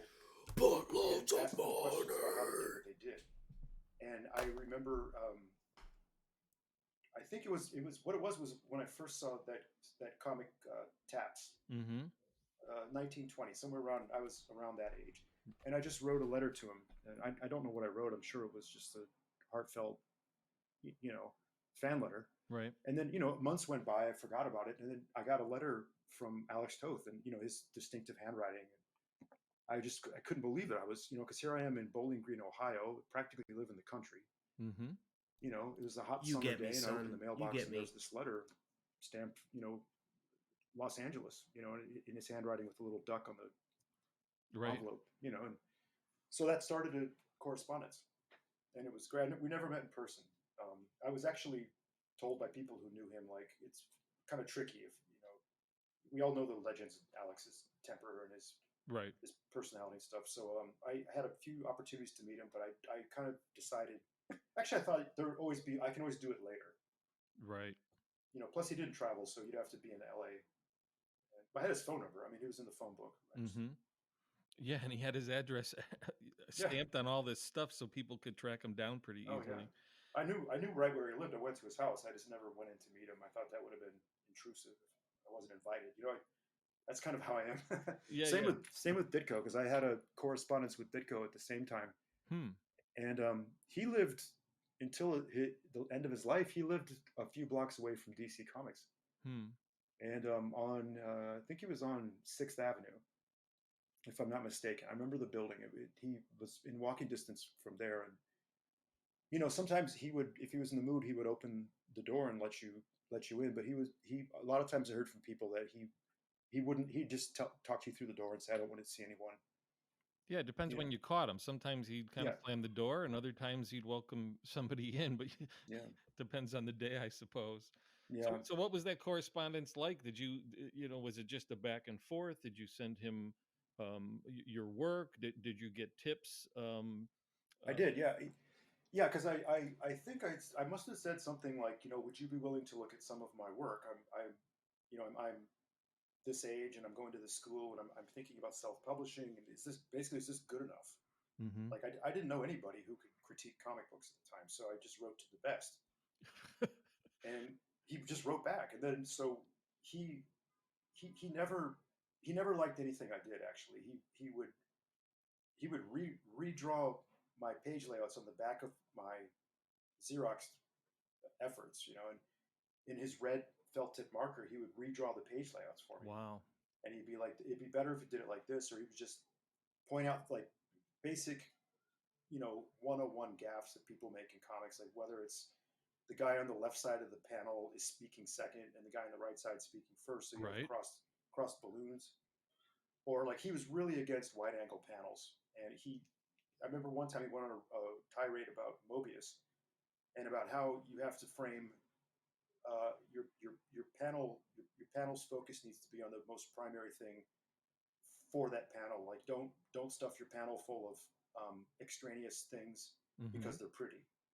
Right. And and he said like don't use wasted space on the page, because I did something that was kind of like this Sergio Leone thing in the desert, like kind of like 70 millimeter desert shots. Yeah. And he would always call Mobius Space Ace. He's like, don't do it like Space Ace. That's funny. Well, but uh, in like a comic like Soldier's Grave, he's using like a super wide angle on some of those panels, and Well, he didn't follow his own rules. I mean, he also he didn't always give good advice. One thing he told me early on, and I regret this, is that because I asked him about tools, and he said, "Oh, it doesn't matter what you draw. Just draw with anything. Draw with any Mhm. whatever you like. Just whatever's there. Draw the ballpoint pen." And he said, I draw with big flare tips. And then later he found the Faber Castell pen sticks, Mhm. which are I guess they're professional grade. I don't use them for professional work myself, but he didn't care much about archival quality of his work, Right. because a lot of his stuff is faded to brown or purple, and my Yeah. early stuff did too. It actually was Yuko who convinced me to go all archive with tools. So everything I use now, like papers, are all acid proof. All the you know the inks are all like water soluble, and the drawings are built to last, and they're going to outlast us. So I think that's an important thing for like I know people are shifting to digital more and more, but if people are concerned about a body of work or like a legacy, like if you're gonna you or your estate are going to be selling your art in the future, then you want to be careful about making sure your tools are archival. So Yeah, that's it's one. something that comes up all the time, and that's one of those things when I'm citing Toth in classes. I'm like, make sure your pages don't fade later on. So, Yeah, I uh, saw one of his it was one of his war comics. I think James Robinson, the writer, at the time he was writing Starman, he just bought it, and mhm. it was a beautiful like World War One biplane page, like a Red Baron type story, and the page was beautiful, but it looked terrible. Like the quality of the original was just so bad, Right. and a Yeah, lot of and, those and old. some of those have almost completely faded. I've seen originals Yeah, where it's almost all gone. yeah. Well, my early stuff is the same. I mean, thank God I worked in a print shop, and I did my own pre-press, so I still have all the film negatives from my first two books, because the originals are just they're gone. I mean, if you look at them, some of them are just completely faded. Yeah, I suppose in terms of development early on, just drawing, no matter what you use, I mean, his point. He makes a point that that probably holds to some extent, but not for finished work and um, not for the finished pages.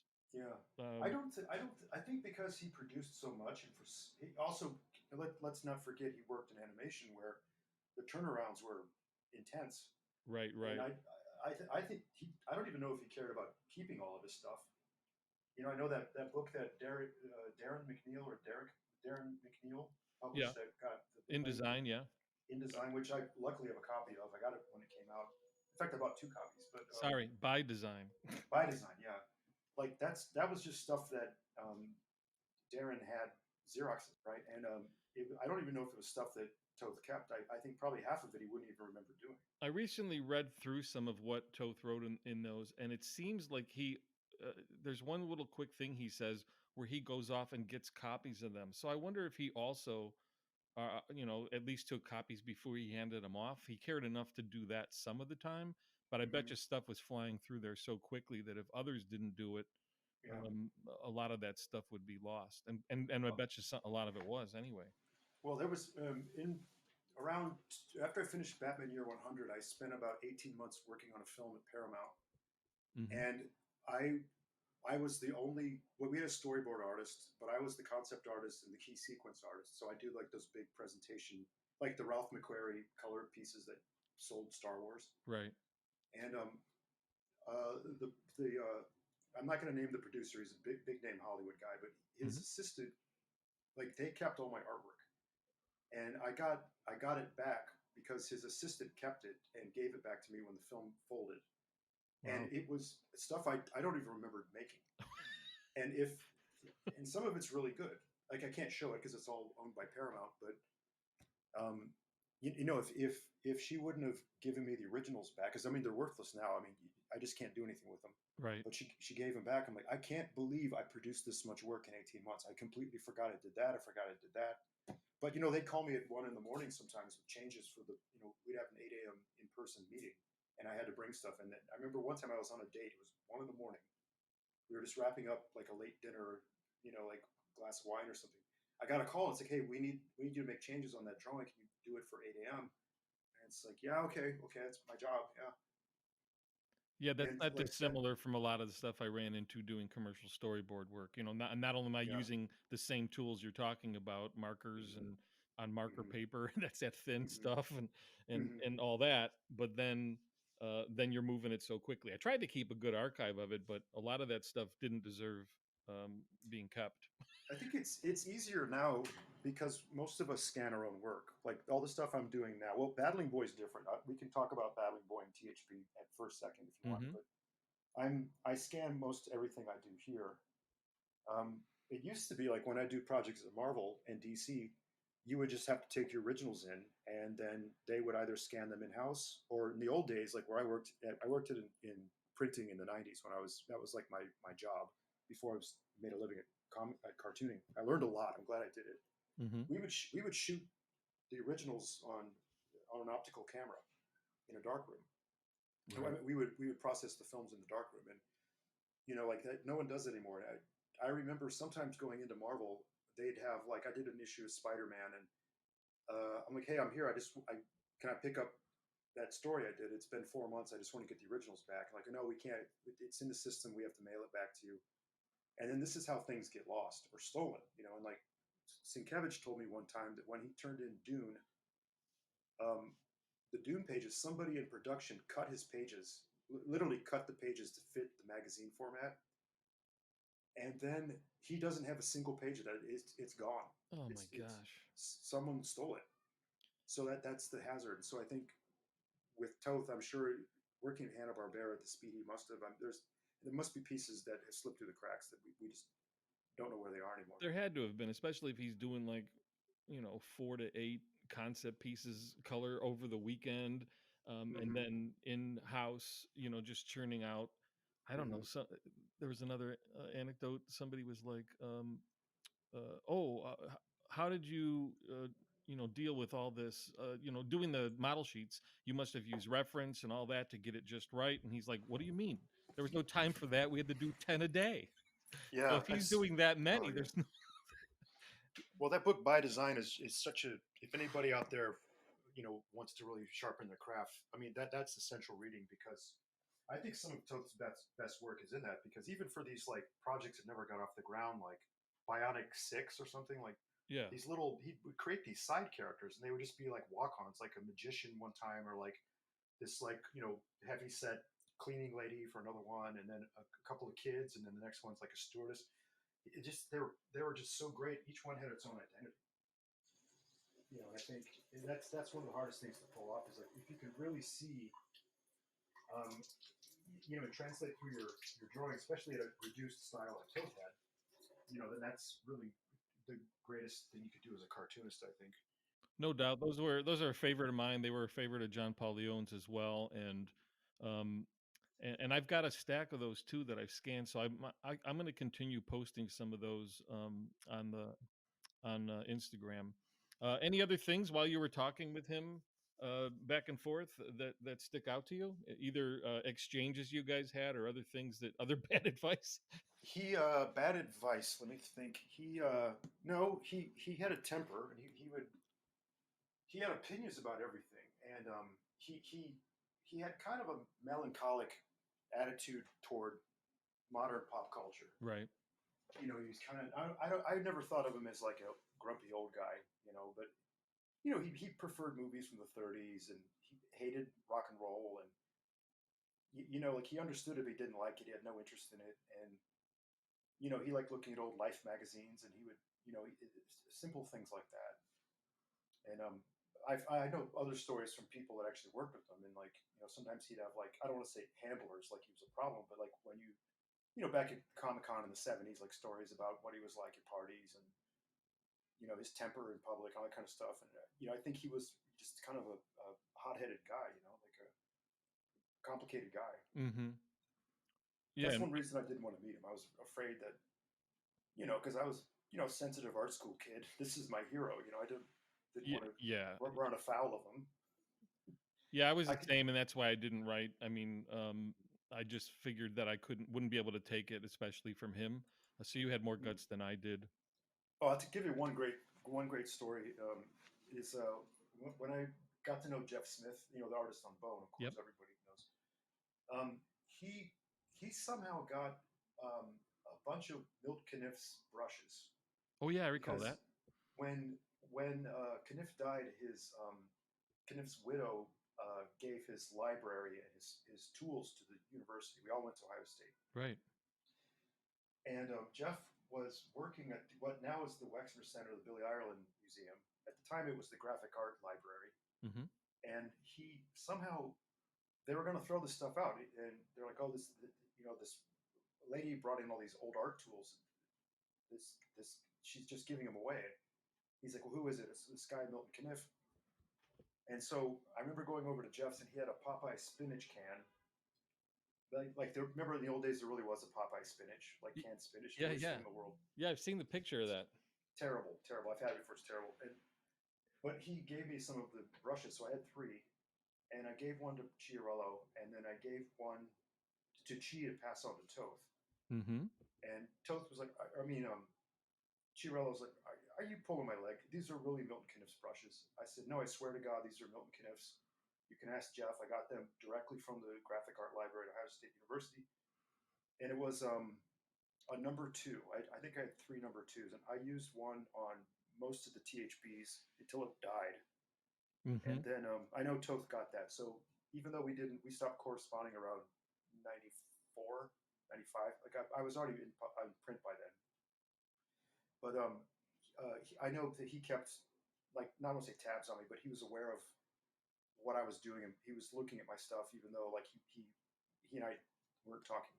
There wasn't a big fallout. He just told me at one point, like, I've seen enough. Like, go make something worth showing me. And did the correspondence and that back and forth affect your work? And did him going take off, kid, or whatever? I had a belly full of you, or however you put it. I literally said I had a belly full of you. I recall the line from the Space Ghost DVD. Yeah. Oh boy, it was so hard not to break down crying. Yeah, you were on the edge. You were on the verge. I was on the. I'm like, I can't start blubbering on a Dallas Toth documentary. But yeah, I mean, it was really emotional, like thinking back, because he meant a lot to me, and yeah, he would tell me like go look at Jesse Marsh, go look at Noel Sickles. Right. Or sometimes I would find, like, I know he loved Noel Sickles. So I remember one time I found a preliminary sketch Sickles did for novelization of Roots. You know, the slave story was that famous series in the 70s or 80s. And I sent it to him because, hey, this is Sickles. I bet you've never seen. And he wrote back this scathing critique of the drawing. He's like, "This is terrible. This is not Sickles. This is this is like Sickles at his worst." And he was just critiquing everything about it, the anatomy, the composition. He redrew it on the letter he sent back. Wow. In like a thumbnail. And you know, but if you got him on Scorchy Smith, he'd talk about it. You know, in our case, for pages. He wrote pretty long letters actually, and so did Ditko. This Ditko didn't write as often, but when he did, he would write sort of like the Randian, you know, like these like essays. Right. Where Toth would just write. I think he really like he was from that generation of people that really loved epistolary correspondence. You know. Yeah. My mom was the same way. Yep. Yeah, my grandmother, she would write. You know, this in the summers, my sister and I would stay on a farm in the country with a great grandmother, and she would spend every morning, like the first part of the day, just writing letters to people. Of course, she was an old lady; she was 80 years old at the time, but you know, she kept up with. That's how they did it back then. If you didn't want to pay for long distance phone calls. Yeah, no doubt. His I can look at those, you know, his all caps letters, and that lettering. Some people have trouble looking at pages and pages of Joe's lettering, but I don't know. I find them very appealing. Yeah, me too. And he also got me to like I don't think I'm a very good calligrapher, but he really got me to focus on improving my ability to draw hands and my lettering. So he's like, you need. He's like, you're going to need to be a professional letterer if you're going to be a cartoonist. And that kind of went out of the window at some point in the 90s. But you know, I remember the first time I was asked not to letter my own work. I think it was at Marvel, and I said, well, like that's. I mean, all the great cartoonists letter their own stuff, and like yeah, but you know, we do digital balloon placement, and these go out for foreign licensing, so there's no point. Yeah, And when even you in were my on the case, phone back then, this lettering thing must have been on your mind because you talked about maybe me lettering some stuff at that point. So it must have been that never came to fruition, but it must have been something that was on your mind then. But you've worked with some really great letterers since, no doubt. oh yeah, yeah. My favorite probably was there's a guy in Columbus named Michael Nino. I somehow met through the comic book community, and he's a cartoonist in his own right. He's got a great sense of humor. I like his cartooning a lot. And he was an exceptional letterer. So he lettered the One Trick Ripoff and Escapo. Right. And then I haven't spoken with him for a while, but I told him I could get his hand lettering transferred into a typeface, a digital typeface. And so that's something that's on my list of things I like to do because I think his lettering suits my drawing style well. But then since then we've built like I did like most of THB is actually all of THB is hand lettered, right, with a brush no less. But we created a Pope font. We called it a Pope font when I started Battling Boy, and that's just based on my brush hand lettering. So that's what we're using for my books, and then we farm those out for the European and the foreign licensing. Yeah, that's cool. I'm looking at One Trip Ripoff now, and the lettering is good. It's not dissimilar from John Workman's lettering, Yeah. who's also worked with you, right? Oh yeah, no, he's an. I don't want to single out anybody because John's amazing, and They're similar though. John's a guy you should get on your podcast actually because I'm sure he has lots of. I just did a podcast with him and Lee Lowridge and Shelley Bond to talk about Heavy Liquid not too long ago, and that was a great reunion because I haven't spoken with John for a long time, but he knows so much about comics history and all the people he's met over the years. And he was an editor, or what, a Heavy Metal or Epic, or what? Where was he? Art director at Heavy Metal, and he did a lot of the lettering too. Yeah, he's shared. You know what? I'm gonna have to color this and right side up.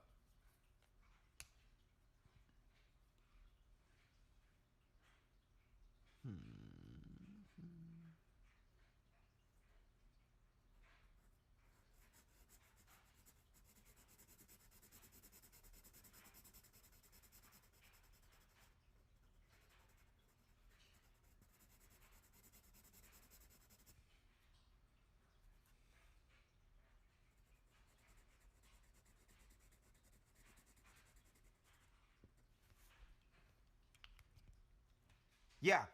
Well, kind of. Like I got really obsessed with like the way that you tell like stories with your like commissions.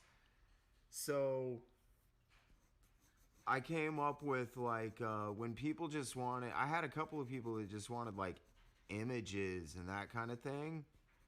So instead of just drawing like static images, I came up with the idea of like fake poster ads. Like it's a reworked cover, but it's got like a headshot and then like an old school logo and some new lettering, and like I kind of wanted it to feel like a house ad that you would read for the book. That's what I'm going for, was like a 1971 DC house ad. But the bottom was originally a Bernie Wrightson original run Swamp Thing cover, issue 9, I believe. And then they used it for Saga of the Swamp Thing. Or Roots of the Swamp Thing, my bad. Issue 5. And he redrew it. So I took elements of both of those and smooshed it all up to make whatever you want to call this.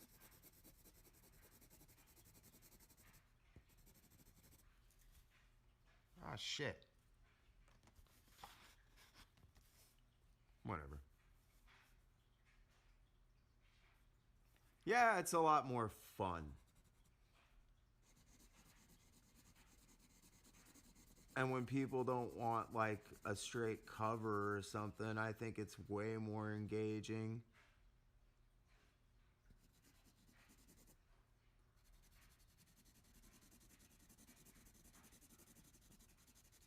It's a little bit more of a pain in the ass to draw, but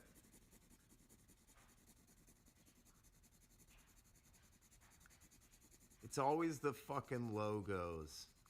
I'm always like, logo will be simple. I don't know what possesses me to say that every time.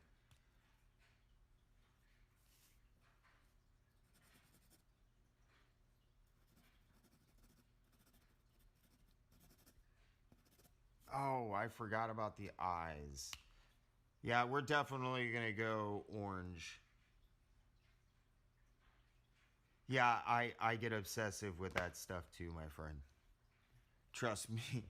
Yeah, no, I definitely get obsessive.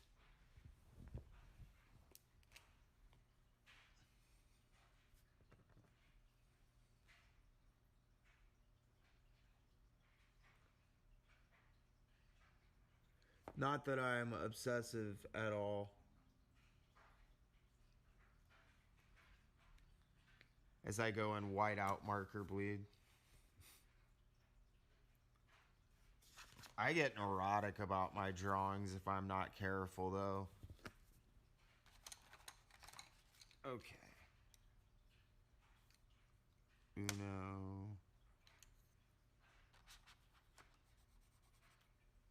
Dos.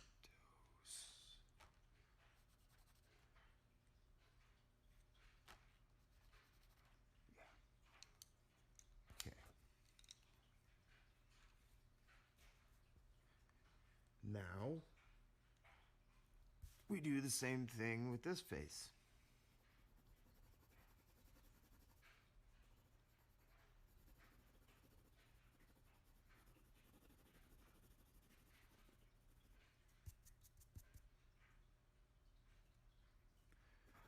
So what were you working on tonight, man? I didn't get a chance to tune. I never get a chance to tune into your shit because I'm always fucking either working or working on stuff. I swear one day I'll be caught up enough that I'll be able to come and hang out more.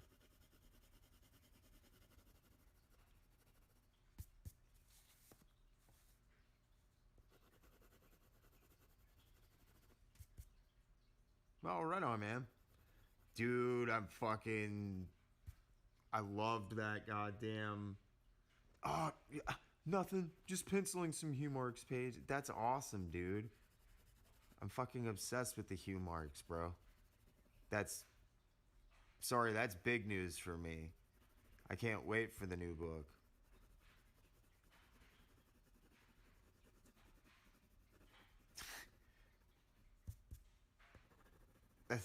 nothing, nothing. Nothing, just shit that you'll be obsessed with. I hope everything's coming together for you, man.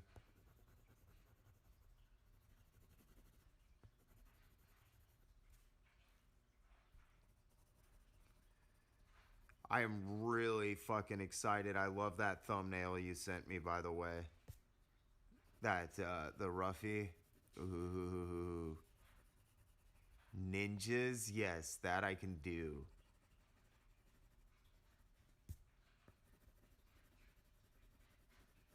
That shit looked dope, man.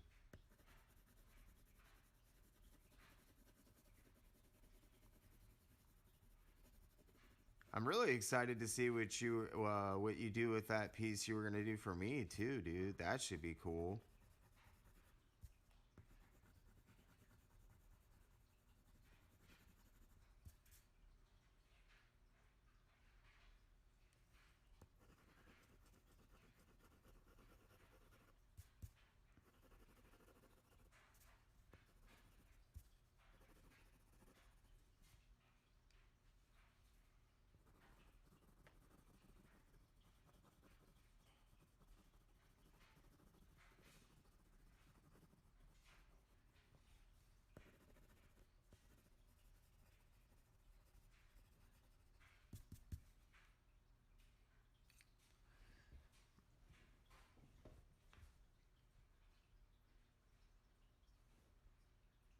Oh, dude, I appreciate you stopping in, man.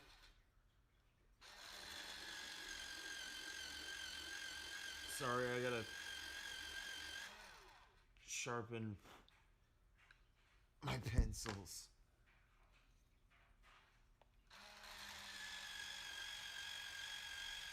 I really appreciate you stopping in, man. I'm gonna bang this fucker out, so I'll probably be on for another 45 minutes, an hour.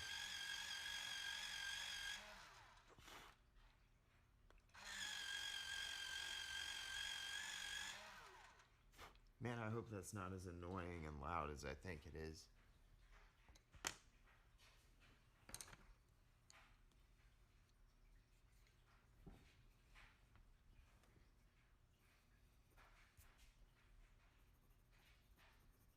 Now we'll go and fine tune some of this green.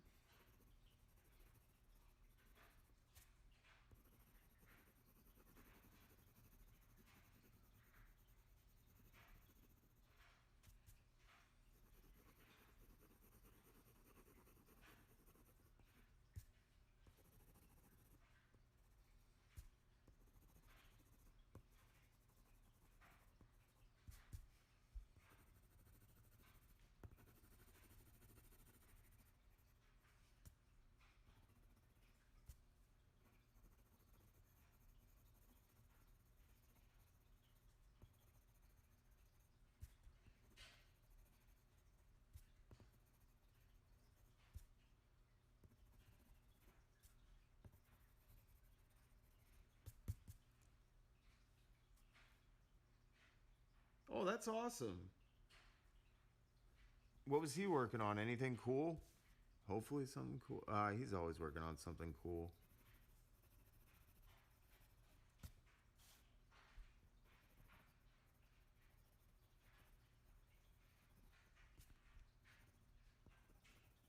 He's a cool guy. How could he not be?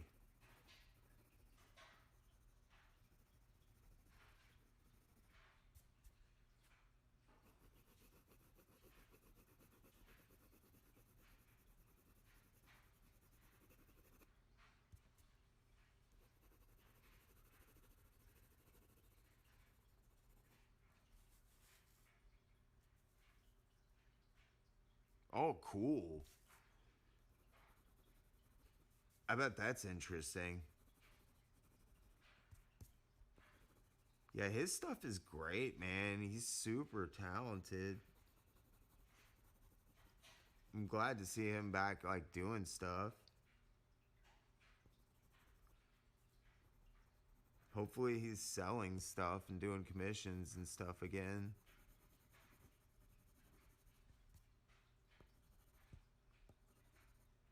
Super cool guy. My Max lamp is like, I love that thing.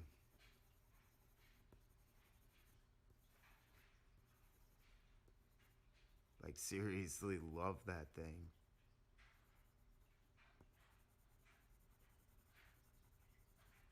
It's one of the few objects prominently, like, and actually properly presented.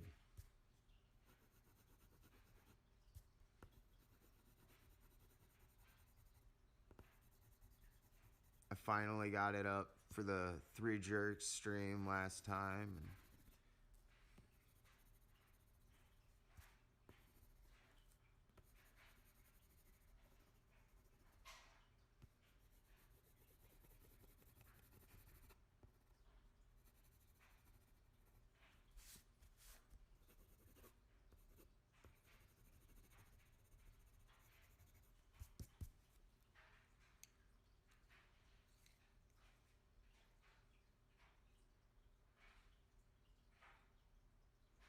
oh, right on. Dude, that lampshade's dope as fuck. That kid could, like, legit, like, I mean, he could probably make some pretty good money just doing those and putting them up on Etsy. Like, I mean, I love that thing. And if you saw it in person, the amount of detail, holy shit, dude. It's amazing.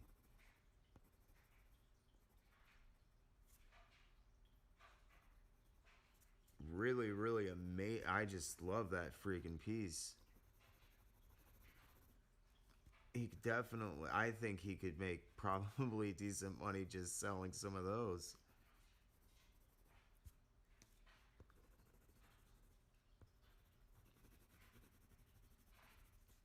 I don't imagine shipping on them is like super easy, but still, like, probably worth it because those things are awesome, and everybody who's ever seen it has asked me about it.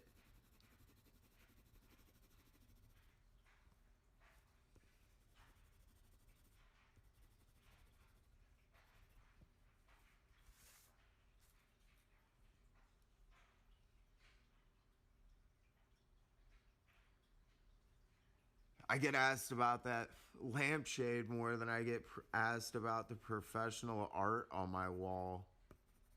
Like, I got a Mike Allred piece and a Mario Gully piece on the wall, and like, dude, nope. Everybody asks about the lampshade.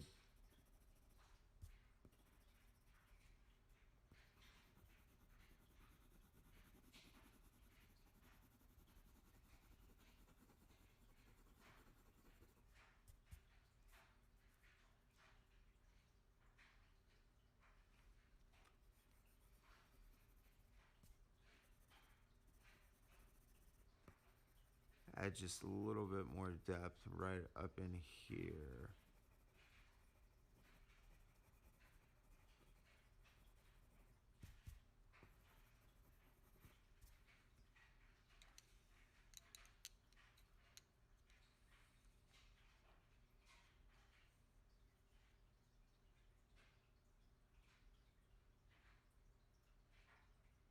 Oh, right on, dude.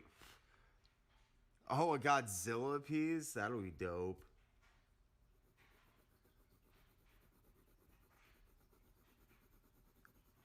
I love how everyone is like, I had to make sure that my buddy wasn't like watching the stream or anything. That's awesome. Small world.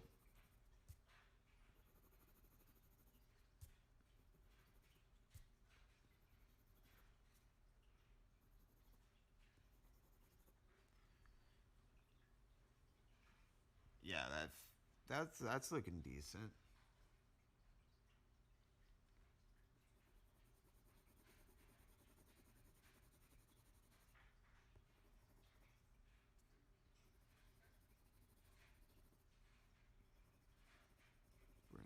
this ear.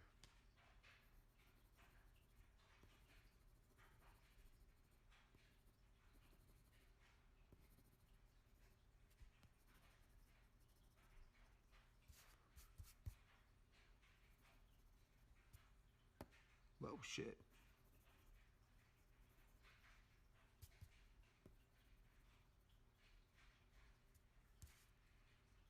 There we go, yeah.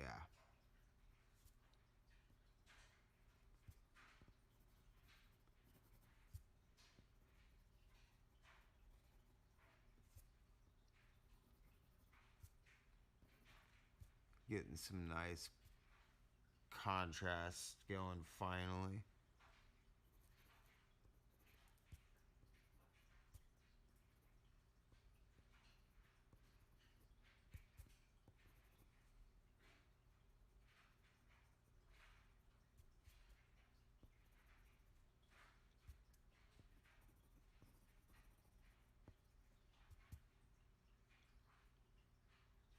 Oh, I guess this would be darker actually, because that eye's all blacked out.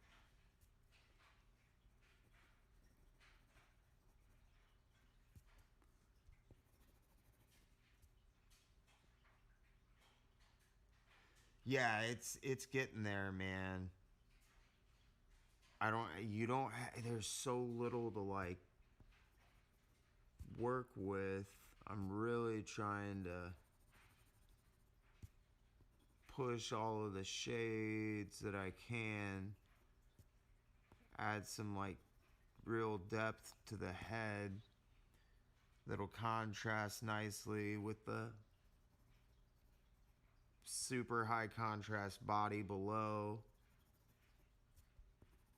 Finally getting it. We'll go back over it with a green blender here in a second, but I think we got most of the major shades that we needed to in there finally. I'm really glad I used a 4-color setup for this one, because otherwise I don't think I'd have been able to get what I needed.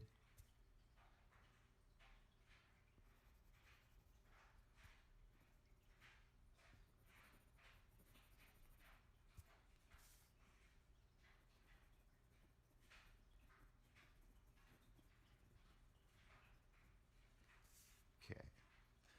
Now we're going to go back.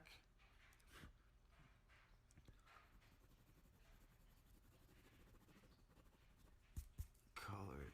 Just blend this all together a little bit. Smooth out the shading. Hopefully.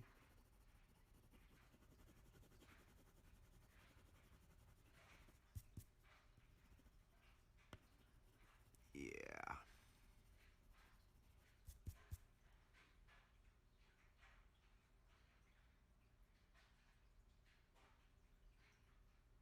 I'm trying, yeah, like I really tried to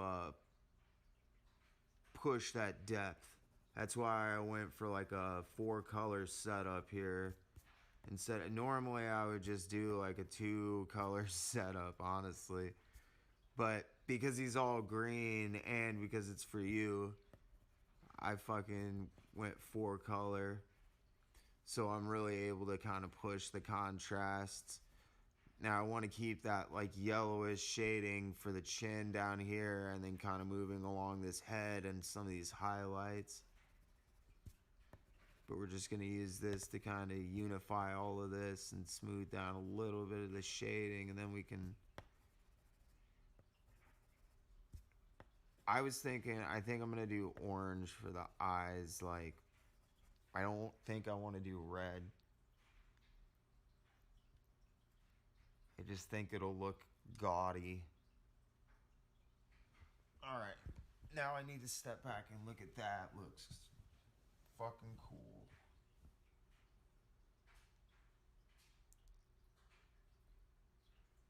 Yeah, that looks pretty fucking cool.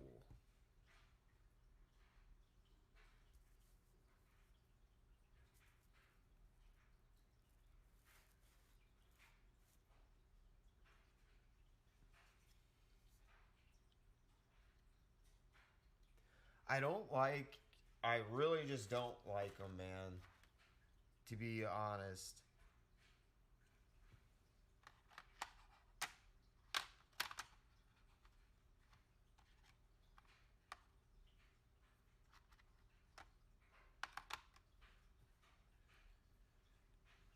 Okay. Oh, yeah. I do have to finish this little bit of...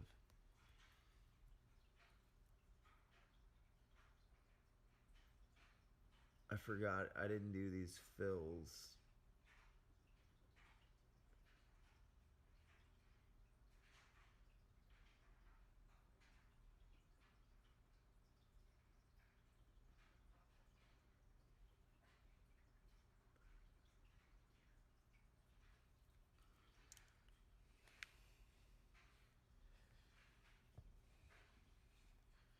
All right. What do I got?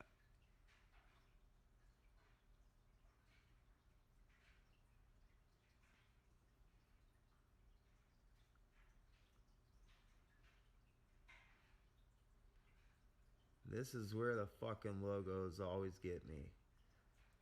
I'm like, oh, it'll be easy. I'll just fucking stick a logo up there. It'll look cool. Won't add that long.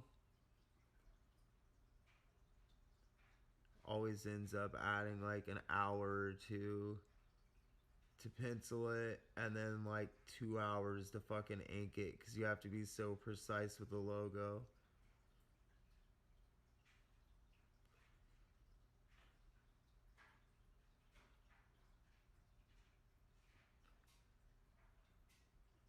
I'm my own worst enemy.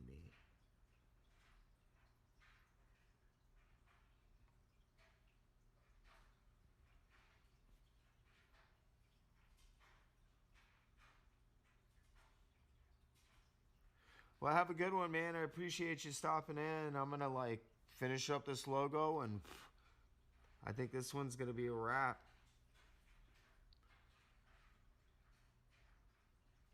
Making good time on this one.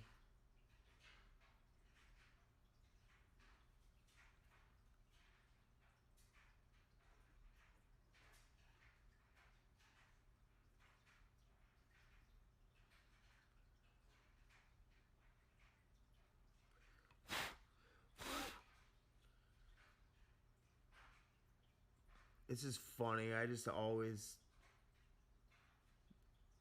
for whatever reason, I'm like, I'll be able to do that quick. That's a simple logo. And then I get all obsessive about making it look right.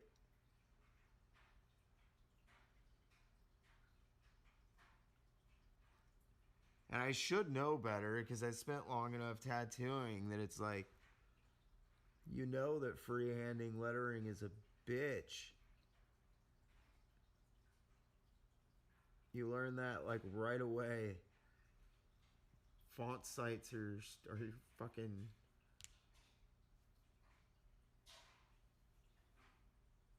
Reveal was gonna head out, I think.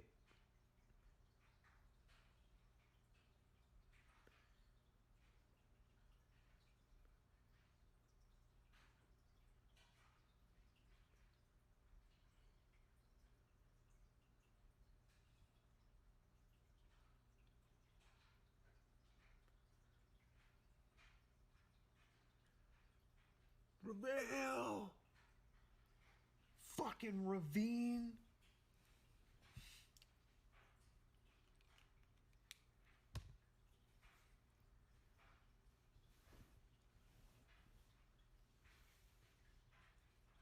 Alright. Now, need to test something.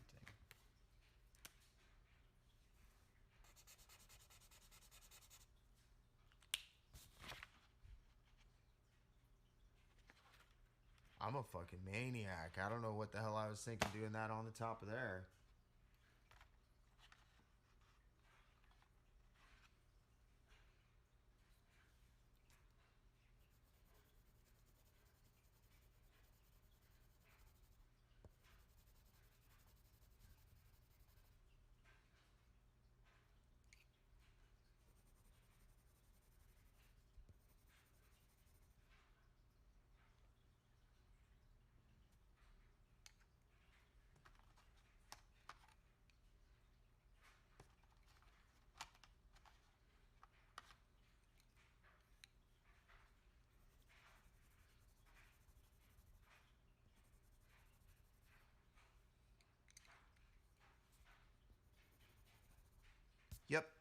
Okay.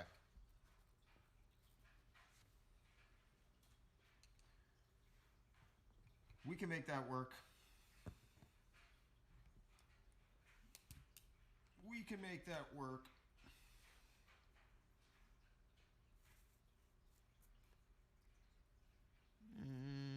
Yeah.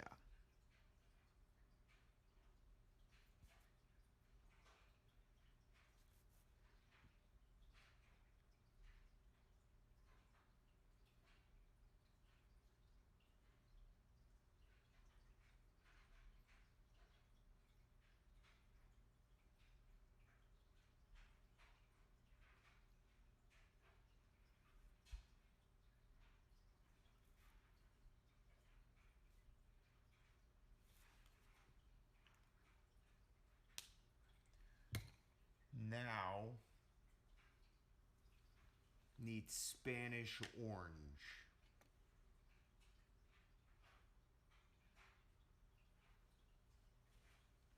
Where is my Spanish orange? Spanish orange? No. Ah, this will fucking work.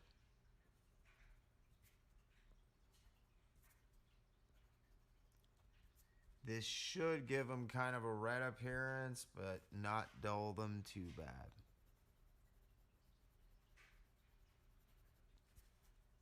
Since Swamp Thing apparently is always stoned.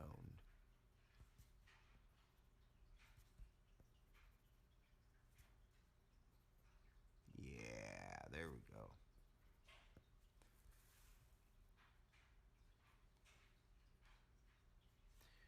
And we're going to go in and use this, just softly touch this up too.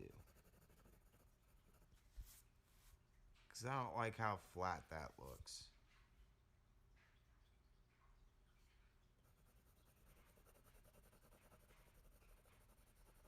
This isn't pure orange, so it shouldn't blow out that nice separation that we've got going on, but I don't like the dull oranges.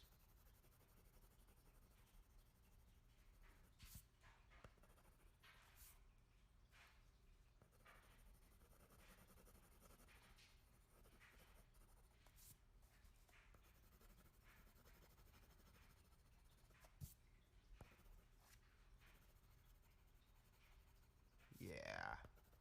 Oh man, that looks so much better.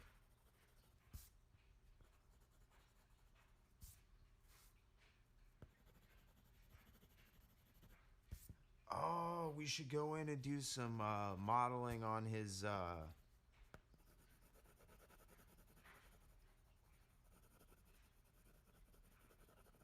like little roots is what we should do. That'll let me push a little bit even more.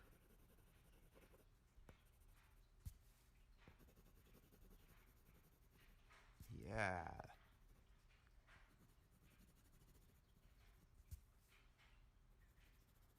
That should really help that pop, actually.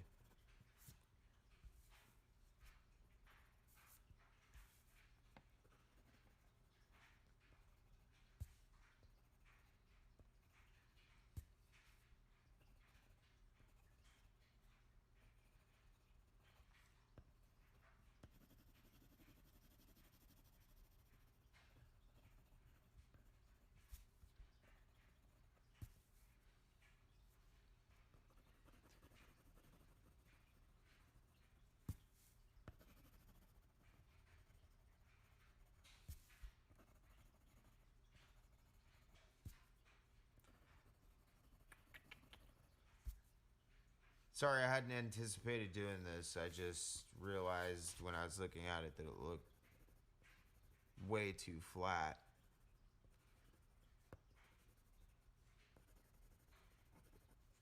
All right. There we go.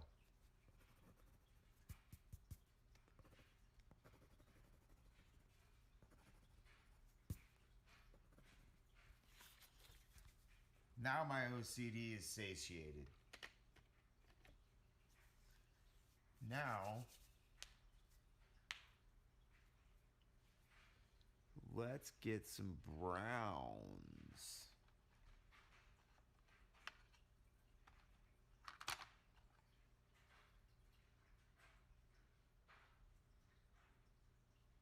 Where is my test paper?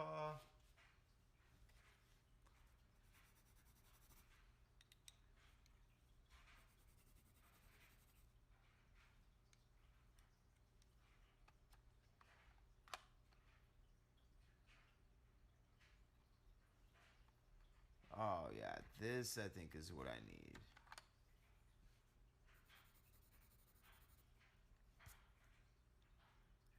That's a little bit red.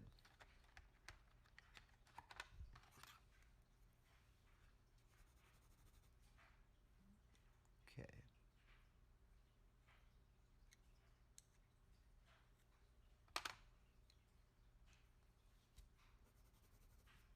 Yes, and yes.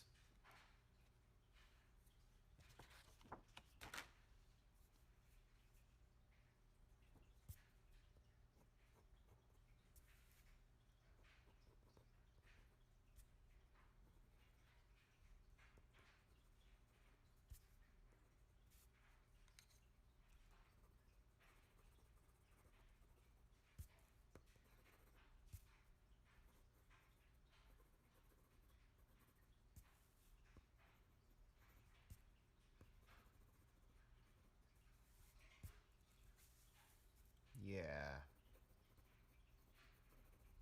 There we go.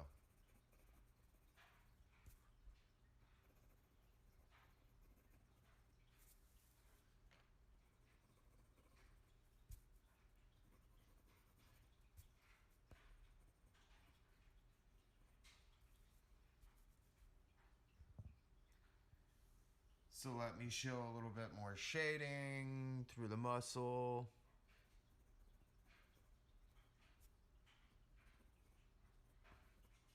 Hopefully make these look just a little bit less orange.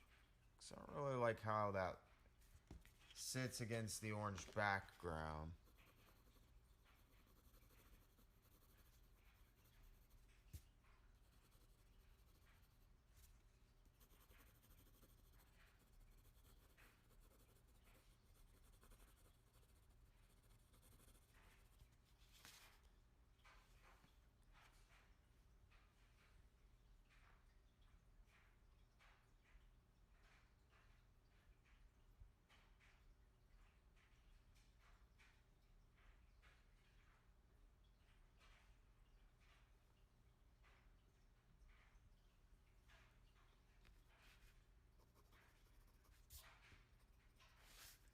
Gotta be careful not to take them too dark, but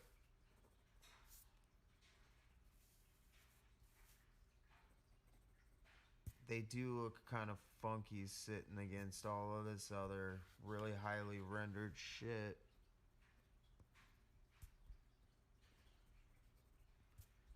This should help.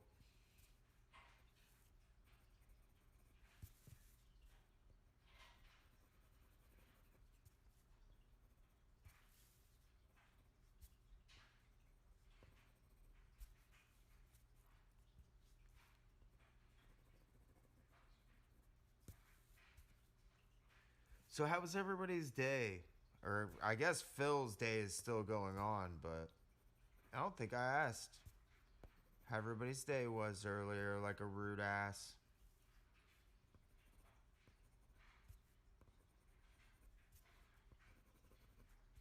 Hopefully it was decent. I didn't have a terrible day for once.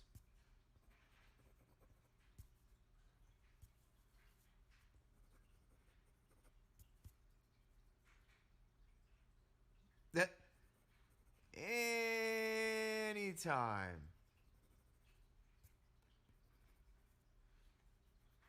Phil, I just see you as like the it's my day off.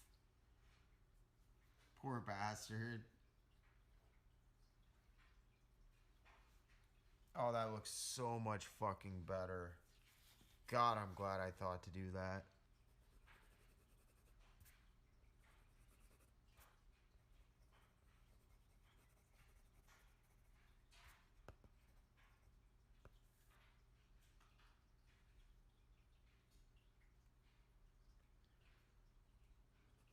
Phil is always at work.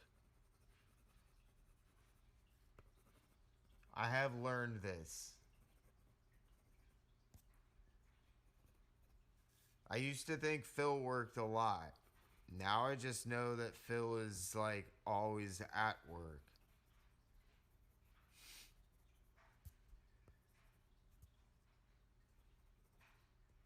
It's terrible, man. He's as bad as me. He's either on here or at work on here.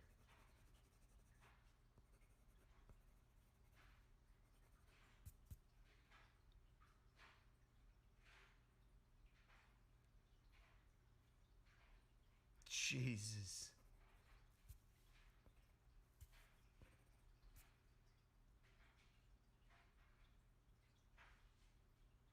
That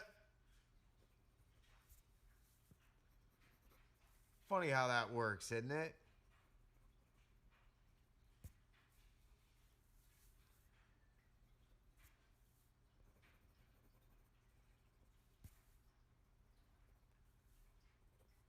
At least hopefully you got recharged from your birthday and stuff.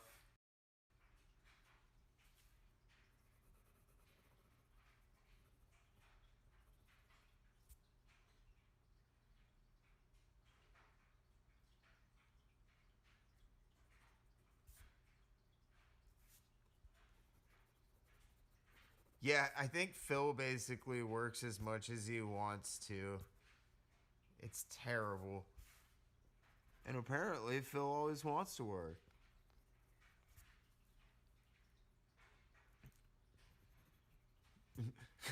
Like, fuck yeah, I'm union, bitch. They fucking damn skippy they do overtime.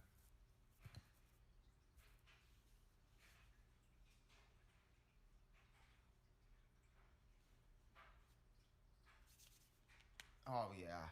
That looks so much fucking better.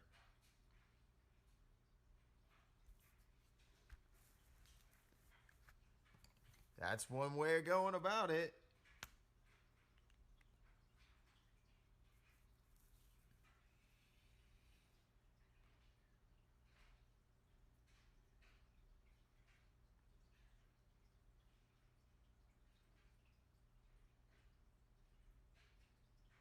Yeah, I'm hoping I don't end up having to get a second job. It's gonna be crazy for about a year around my house. Hoping I don't end up having to get another job and end up doing fucking 50 hours a week again, but might be what happens.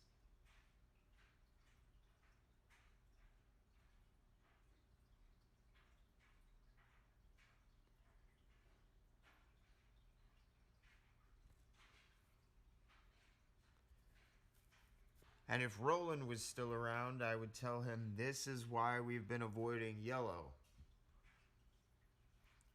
Because I really wanted this fucking logo to pop.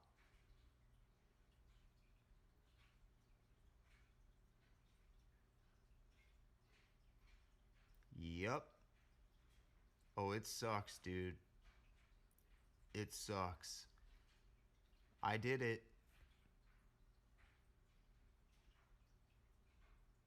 But the thing is like my schedule's super limited because of my wife's work schedule. And we have to have someone to take care of the kid. So it like makes things even more complicated.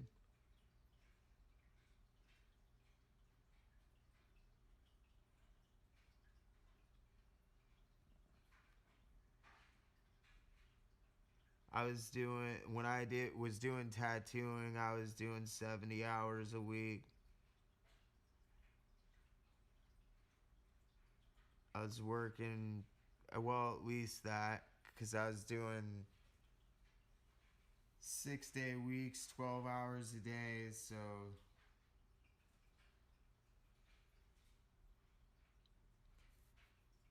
Yeah, I did that for a year. And that's not counting that I had to go home and I had to like draw and do stuff at, so.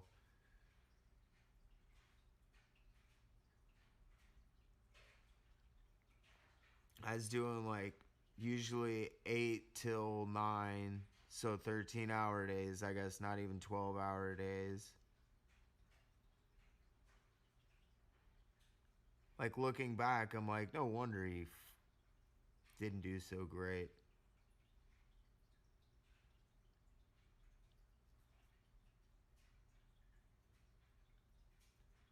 A little bit on my plate there.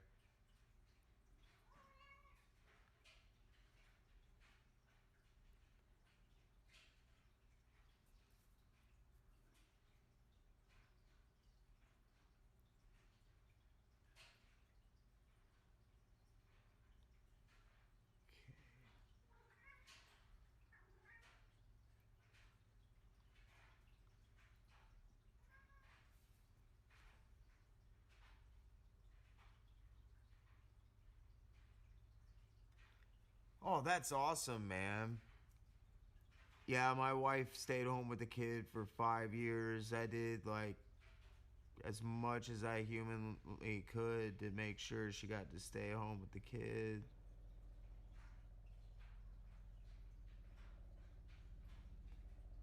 We got really lucky that we got 5 years.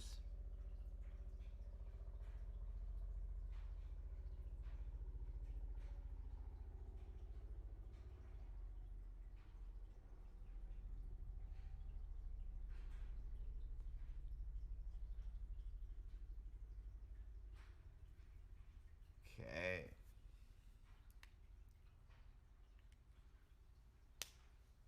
How old's your little one, man?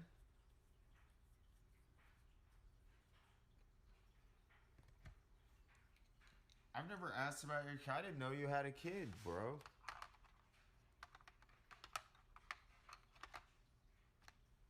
That's crazy.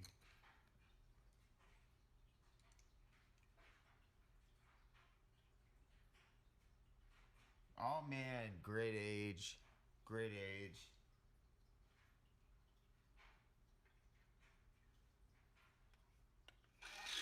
They're like little people, but not all corrupted and fucked up from the world quite yet.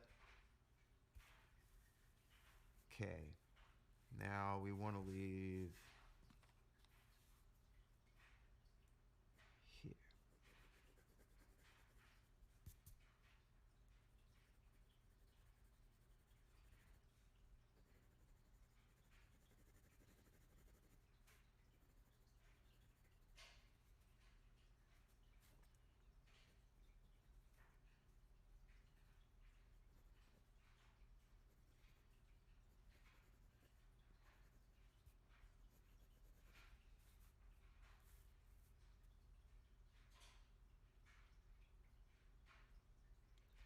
Man, that's fucking crazy. I don't. Yeah, I probably did. That's terrible, though. I'm usually not bad about that stuff. I usually actually pay attention to that kind of shit. No, man, I fucking. For whatever reason, I don't remember you bringing them up. Damn, dude. I feel like an asshole. That's crazy.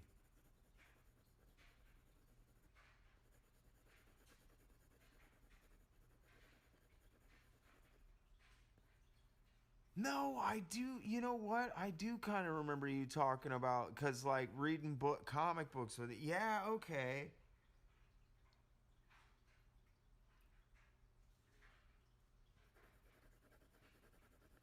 Logan.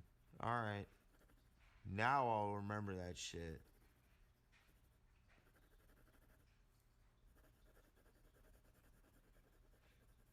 Wolverine is Phil's kid.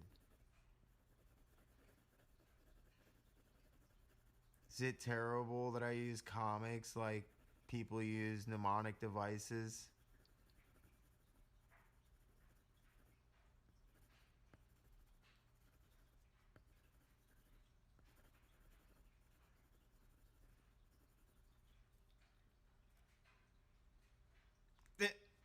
Hey man, he can grow up to be anything he wants to be, right? Even if he wants to be Wolverine, I'm sure that'll. He can be an actor, play Wolverine in the movies. They're going to be needing a new Wolverine, I'm sure, by the time he gets to be like 21.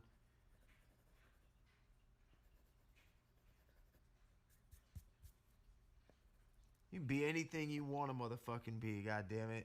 You just got to be maybe a little bit creative about that shit sometimes. What's your definition of Wolverine?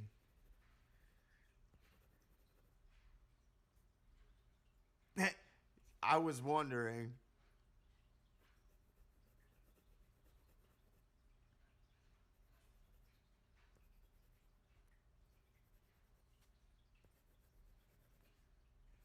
Yeah, when I went to Mike Allred's house, like you could definitely tell who had picked the names.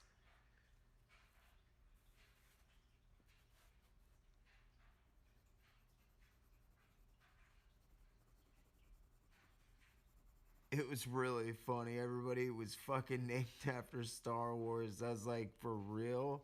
Like everyone. Damn, dude.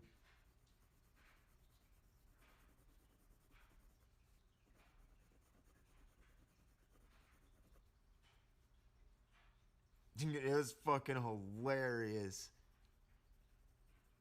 Han and Anakin and like dude, I mean like it was everybody. It was hilarious.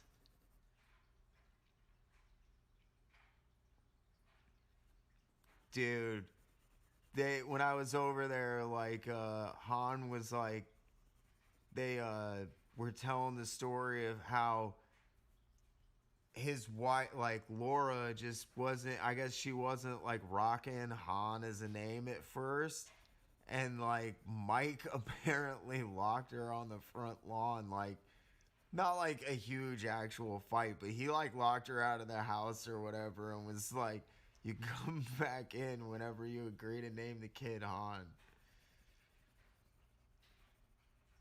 It's fucking hilarious, dude.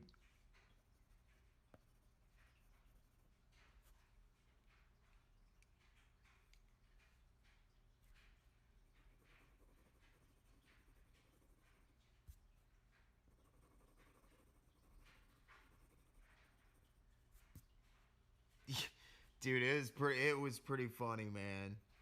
You could definitely tell who would pick the names in that house.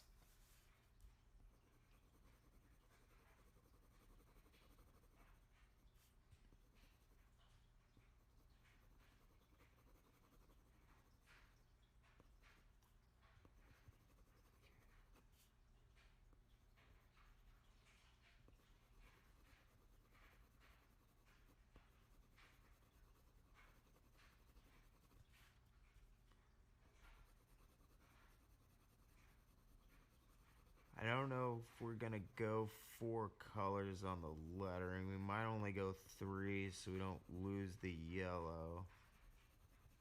Kind of like how this is coming together. We're getting a nice green shade to it, but with us still keeping that yellow.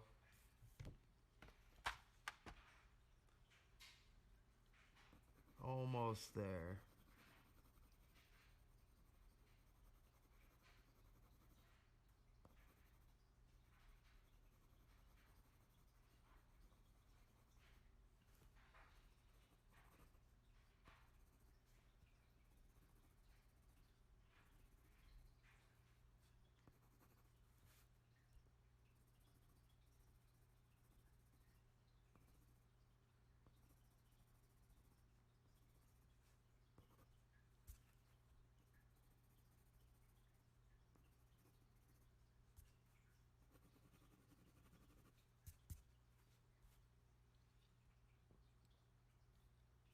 Yeah, yeah, it's gonna be solid, man.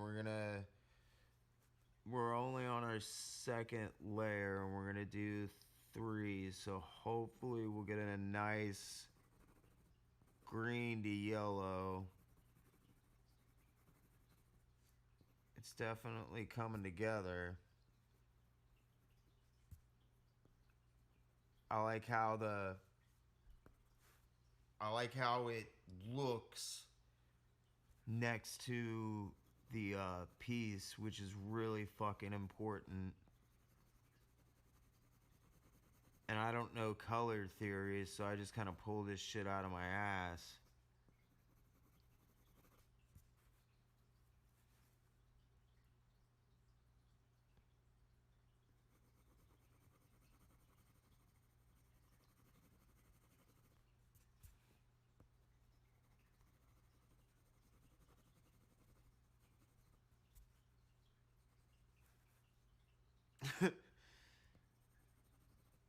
But like it looks really, really sweet next to the super hard greens. This is why we avoided yellow all night.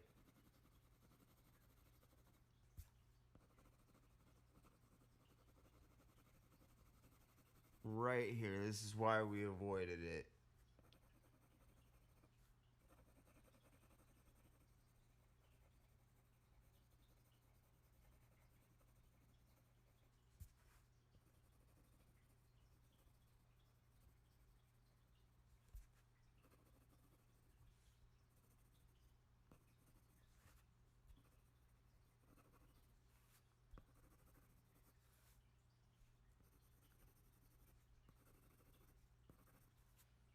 Okay.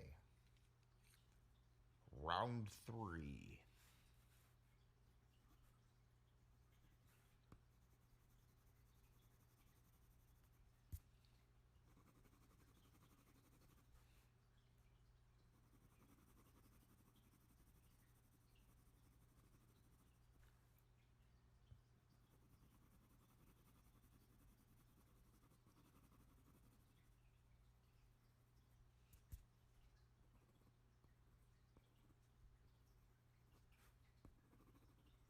There we go. That is starting to do it.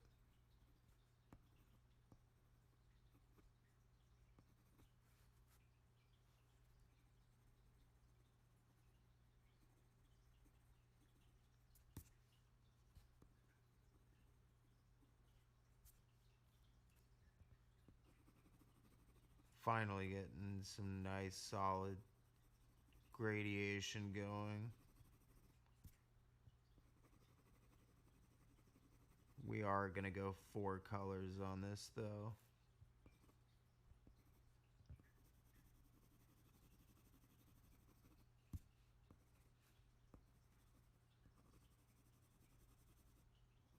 I can already tell.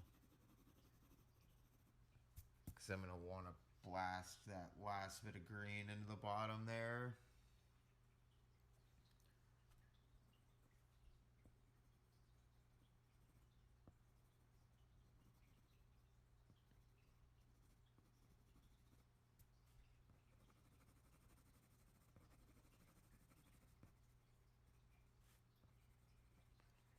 Good call on the colors for the logo, by the way. They definitely fucking work well.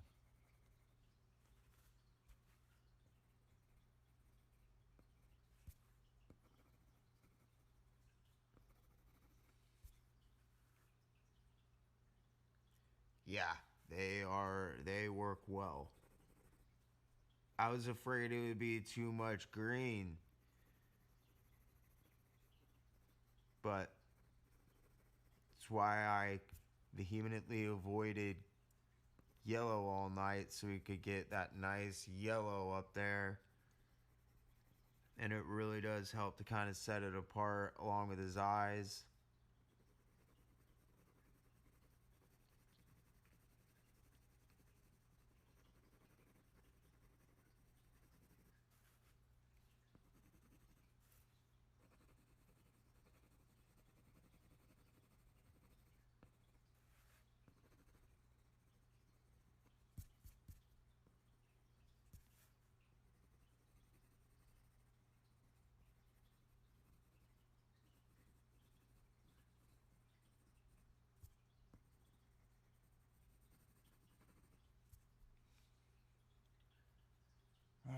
So close, so close, so close.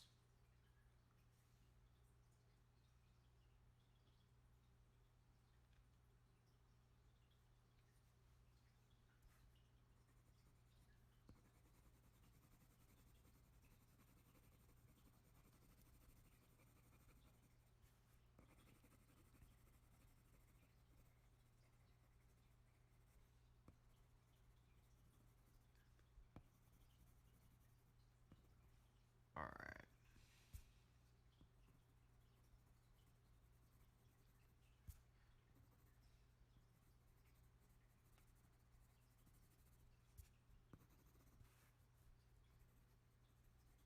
Now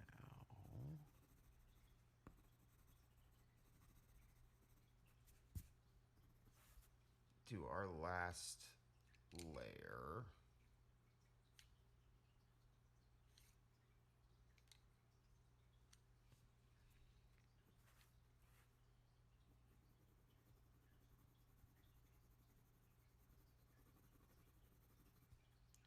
This is the shit you gotta be careful with because it's atomic green. But this should help turn the very bottoms of these straight green and give us a super nice gradation. Hopefully.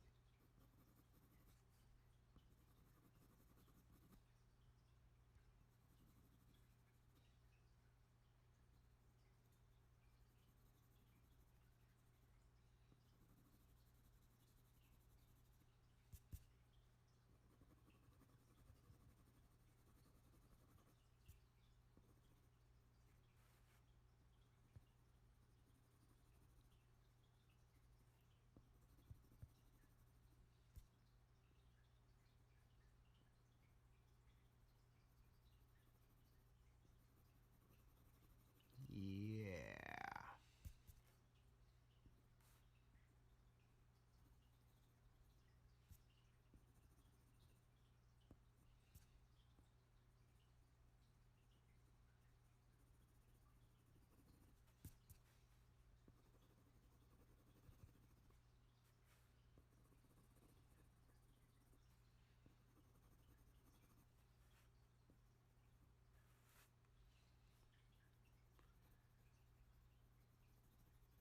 Bring this down just a shade.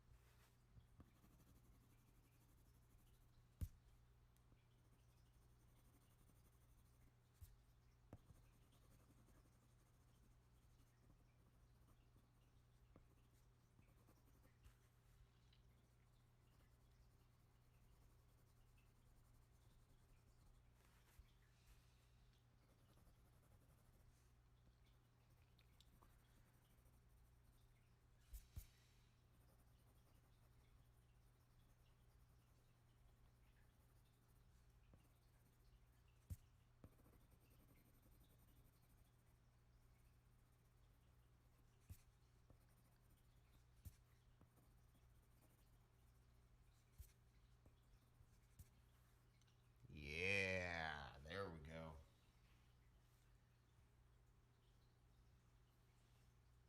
Yup.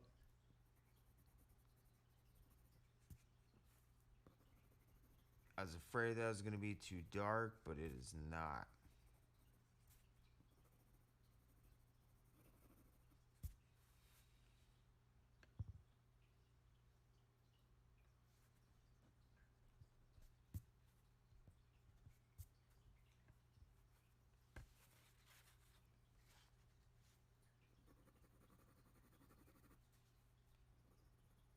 Get that layer. Ah, man.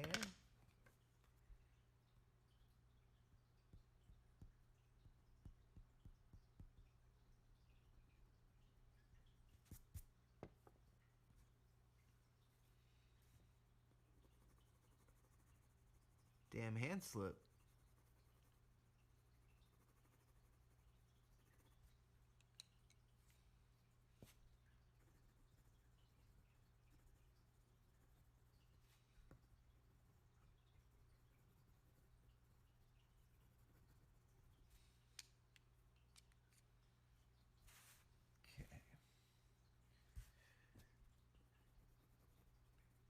add this fade on the back end.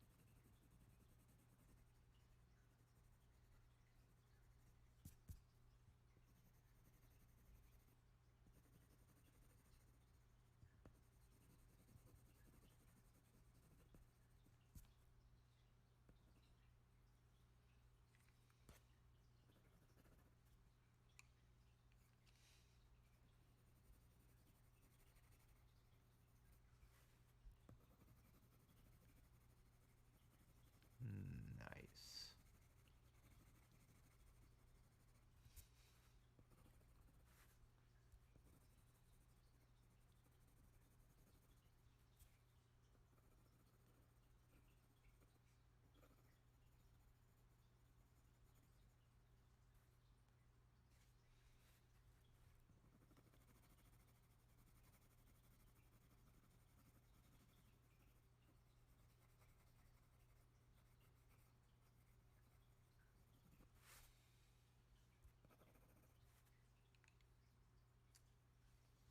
All right.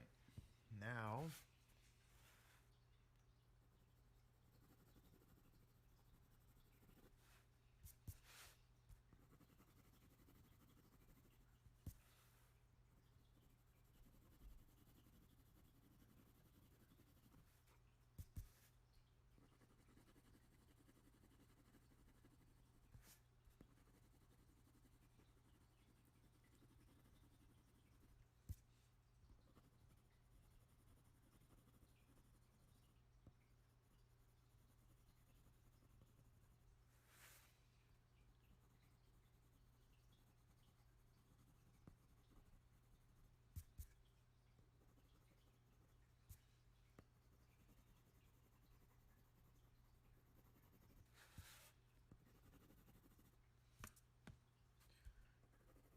get this last shade of green over the top,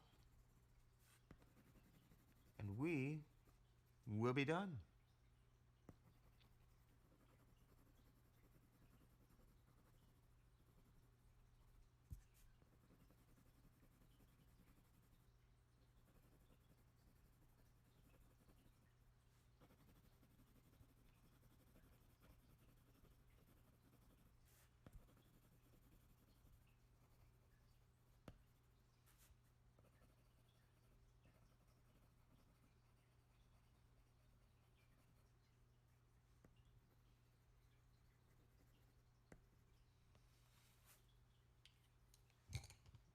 Bam. All right. Time for the room test.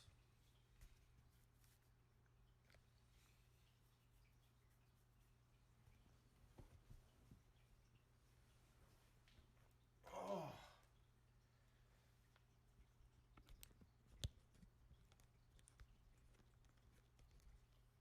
Unclip us here.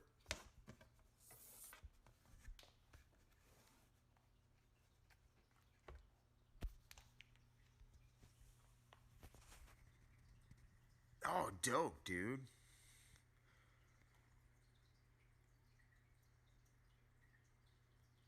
Yeah. I think that looks pretty cool. You like it, Phil?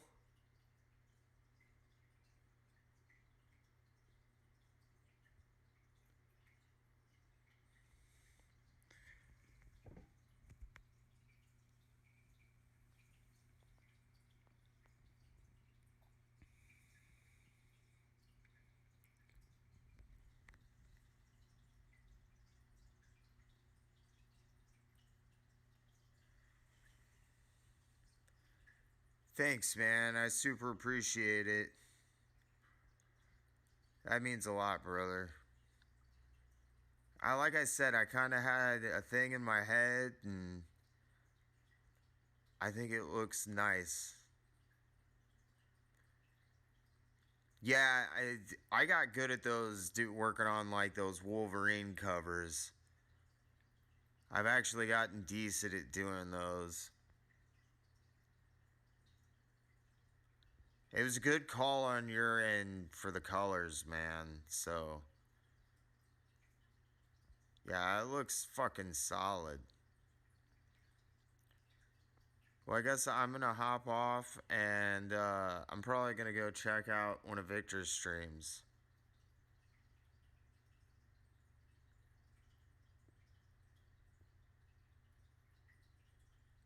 It's what it's supposed to look like is an old ad. It's supposed to look like an old ad or a poster. I don't know if he's still going, but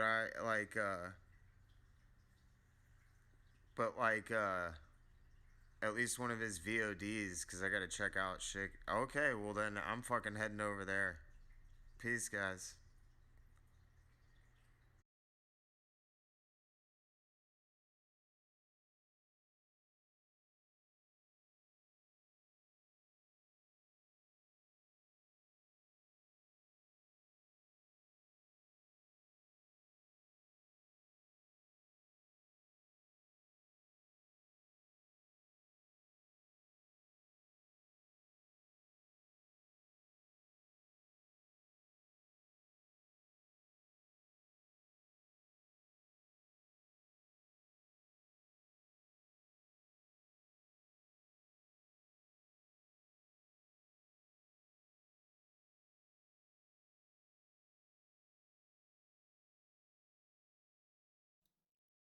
Yeah, boy. What you know about it?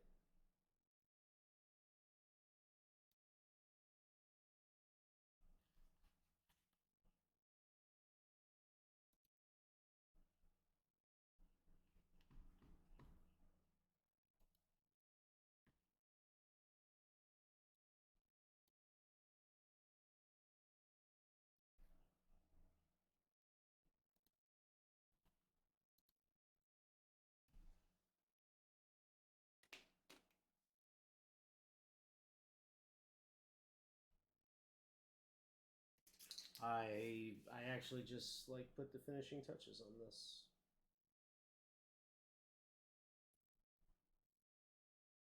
Not that long ago. Now I'm just fiddling with it because I don't know what I want to work on next.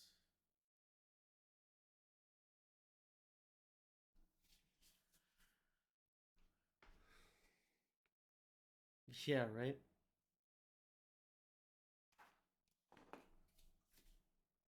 Like how this panel came out. Also redrew the car in a lot of these panels. Excuse me, I'm sorry. Um, yeah, redrew the car in every panel that the car is in, basically. Used like a 3D model on sketchfab.com and just like looked at it. Did my best. I think it's accurate enough. I think it gets the point across.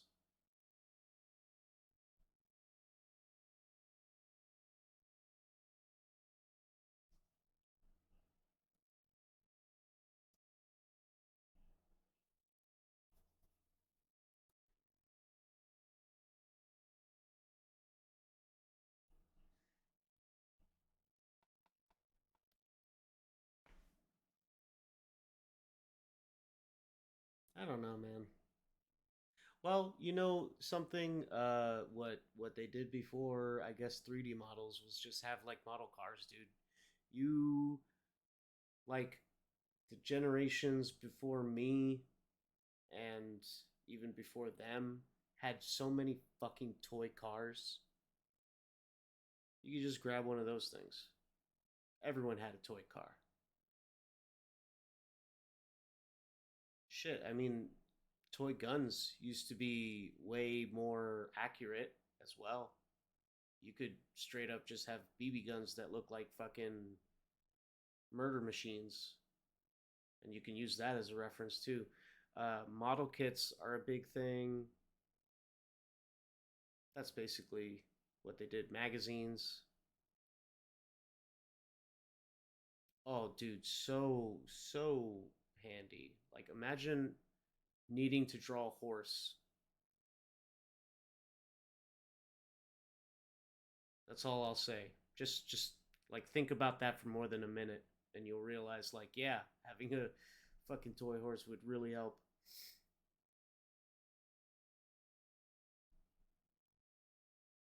Oh yeah, that's right. Guns lead to gun violence. Wow, what a concept.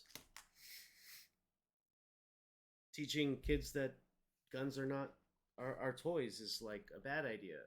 Wild.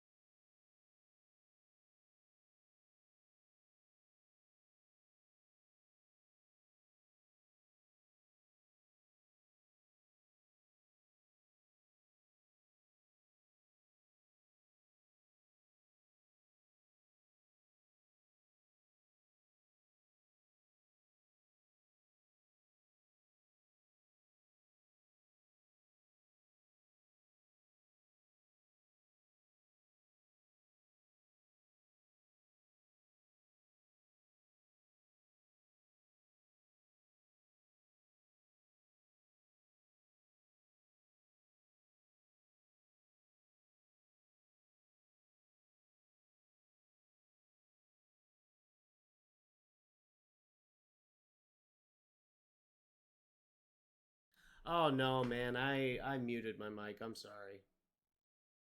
That was my fault.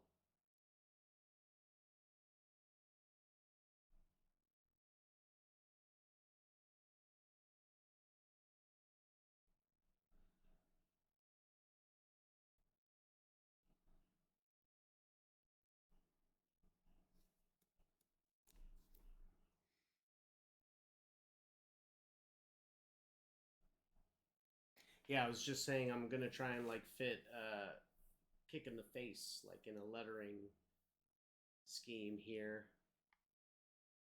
Yeah, I muted my mic. I'm an idiot.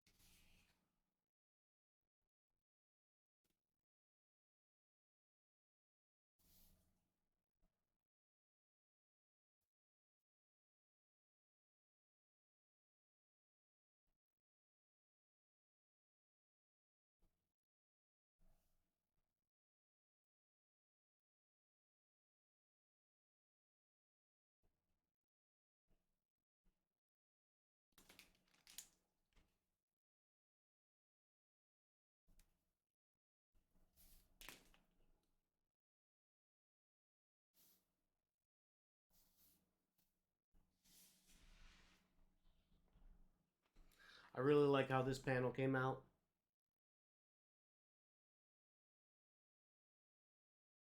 It's like Jack about to jump over the car. Kind of has like superhero-ish, like old school superhero-ish vibes, maybe? Or is that just me? Like jumping into action, sort of thing.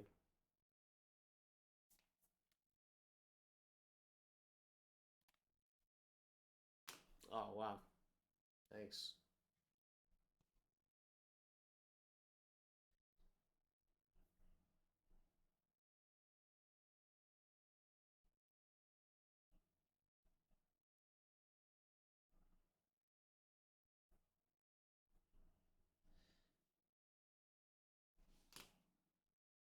Yeah, I'm super happy with these pages, and I can figure out the word balloons. I'm like so ready. I am gonna fit the letters in here.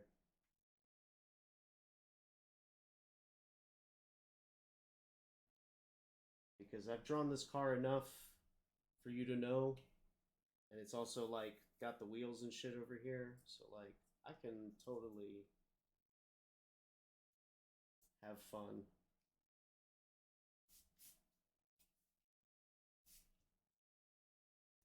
Just get rid of all that. Might have even erased a little bit of Jack's foot.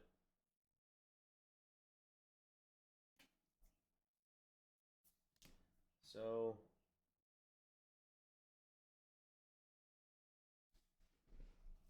this is the room we have to play with, I guess.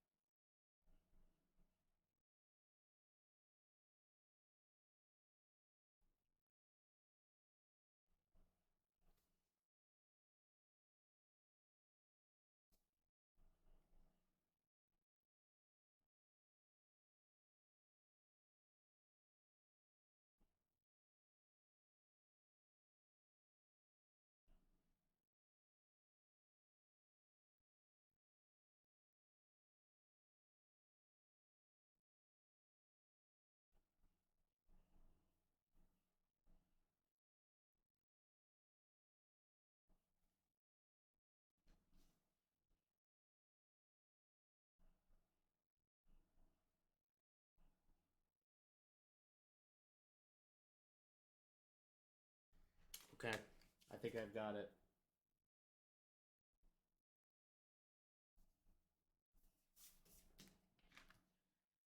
Here we've got kick in the face.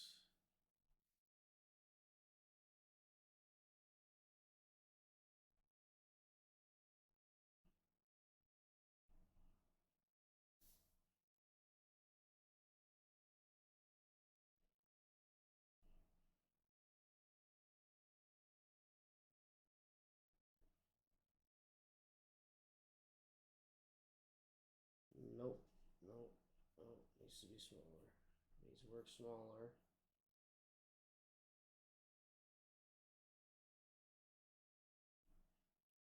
There we go.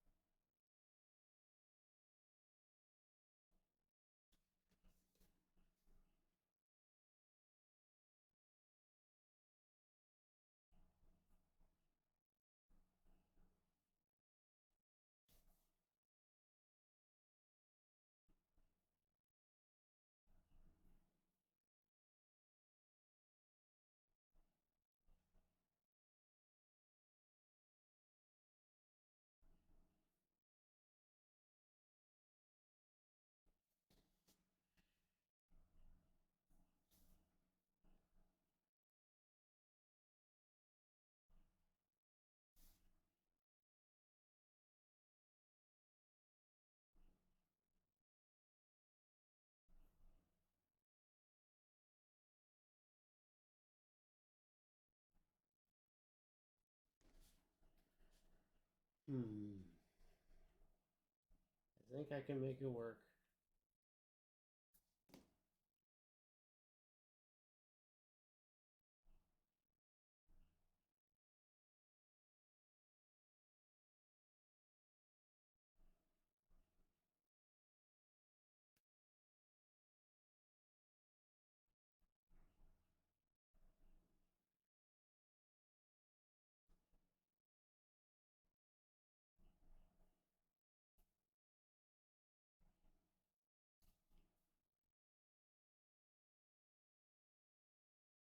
I really like that hand, but I am gonna like this lettering way more.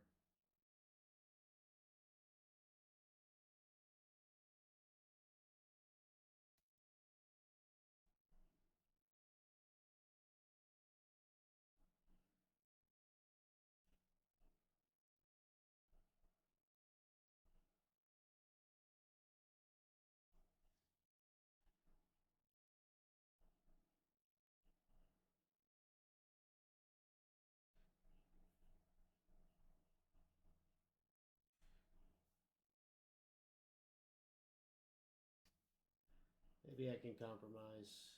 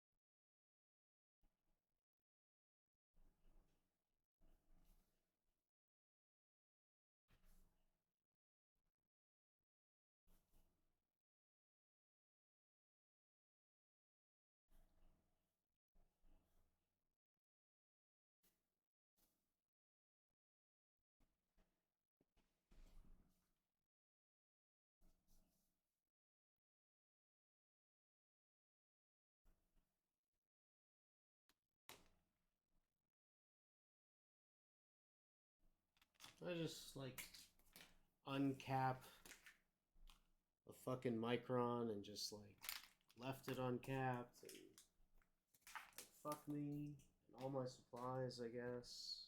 Jesus H.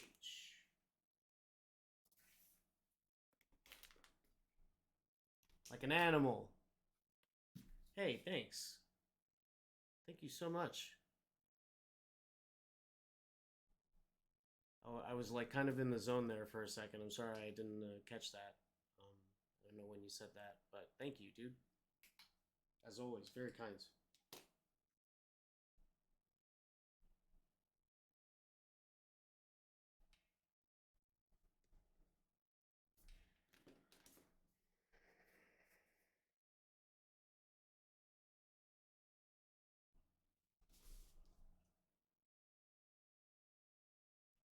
Kick in the fucking face.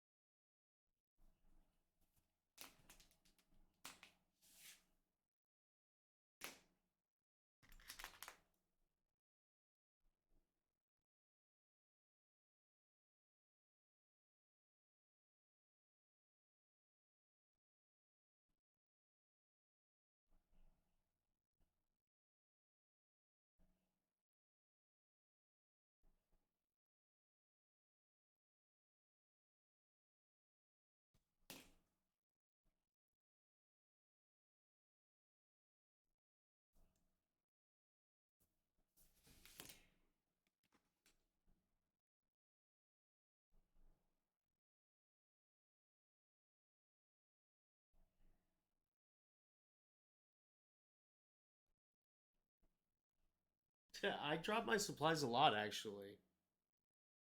I for some reason when I'm like turning things in my hand will just like forget it's holding something and just like fucking fling it like all the time. It's very strange. Like it's not like a normal. Oops, oopsie poopsie, I dropped it. It's like, man, it's like almost like a knee jerk reaction. My hand like wanted to throw it across the room or something. It's really weird. It'll happen someday, especially when I'm inking because I'm like dipping, a lot, and I'm going back and forth and this and that and turning in my hand a lot. So sometimes like it'll just like plop out of my hand.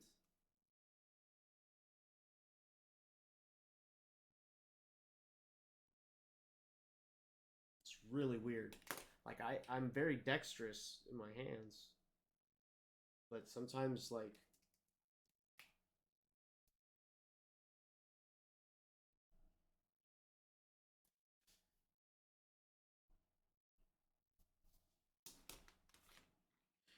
kick in the face. All right. So I have done quite a bit of work on these pages. I could even say that they're ready to get inked. Hands down, they're ready to get inked. I like no question could ink these tomorrow, which is great. Super happy about that.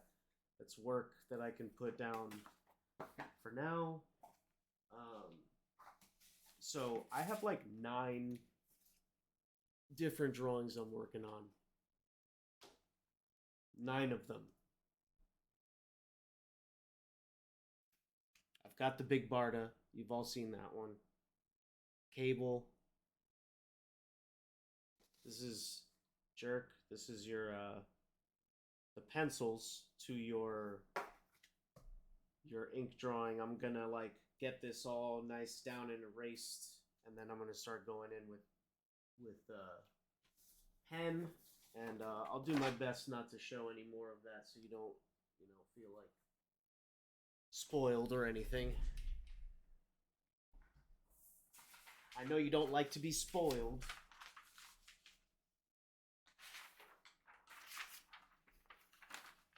This one I'm just doing for me. I don't know if you can make that out. It's Nosferatu.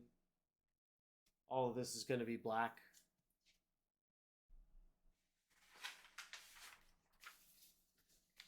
That's Spawn, #1 cover.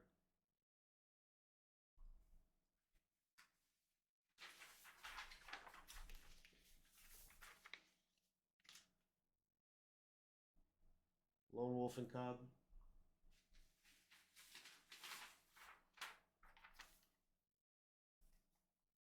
Gara versus Rock Lee.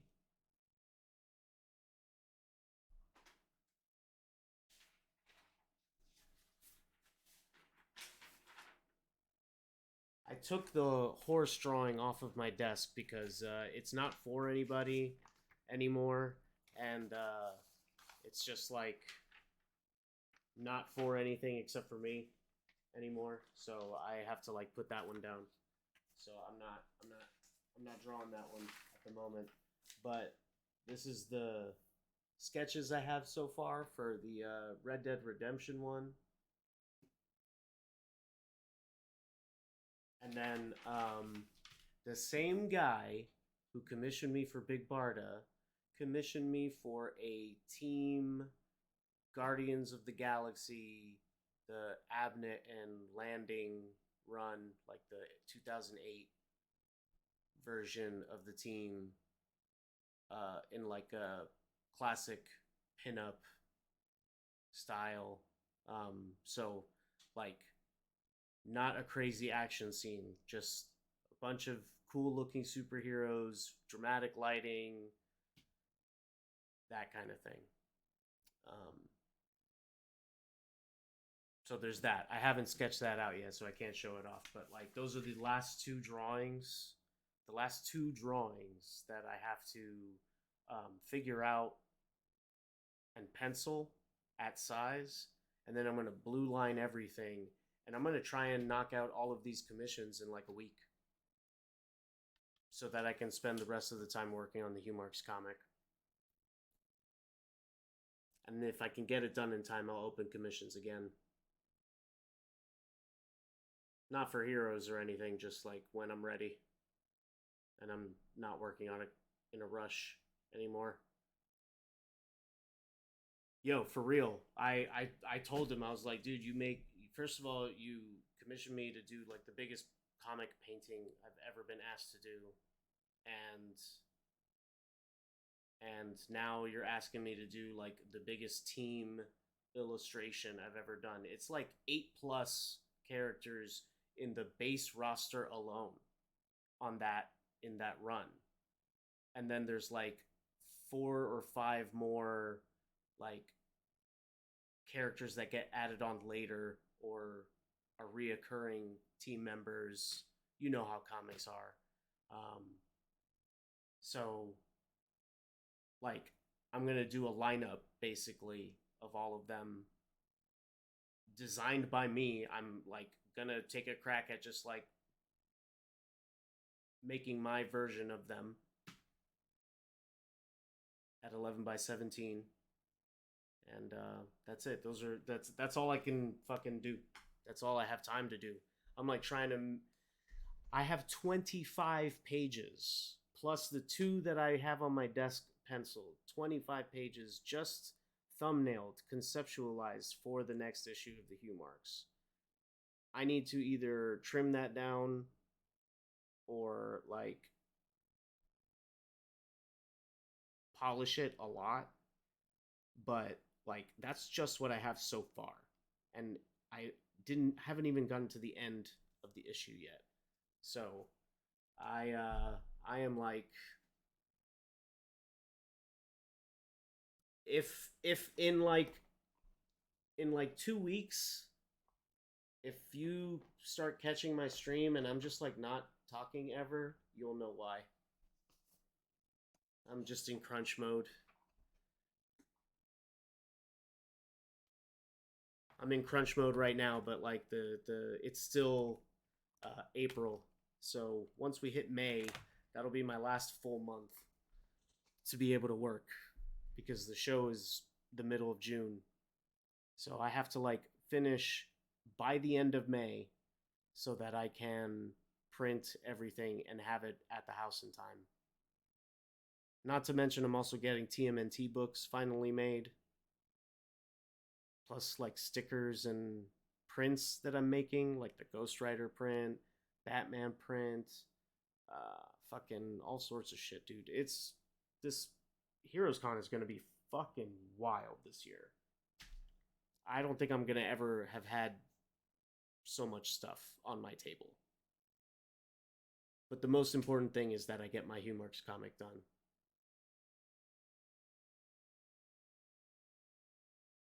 That's literally the most important thing. So I figure out this drawing. I figure out the Guardians of the Galaxy drawing.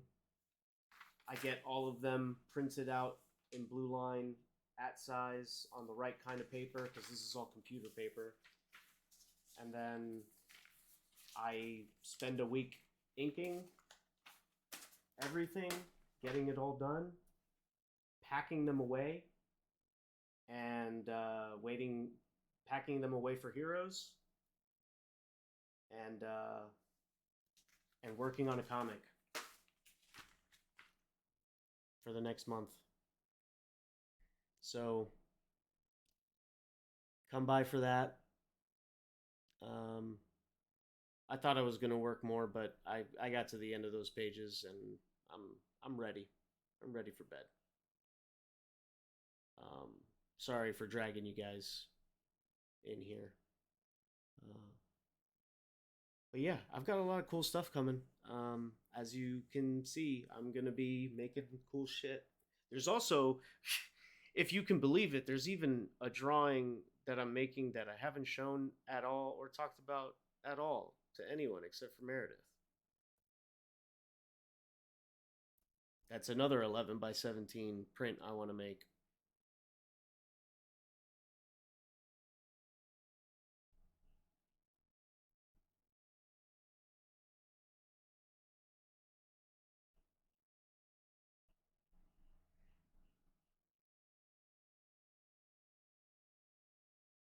Yeah, man. Yep. And I like I'm trying a bunch of different stuff too. Like this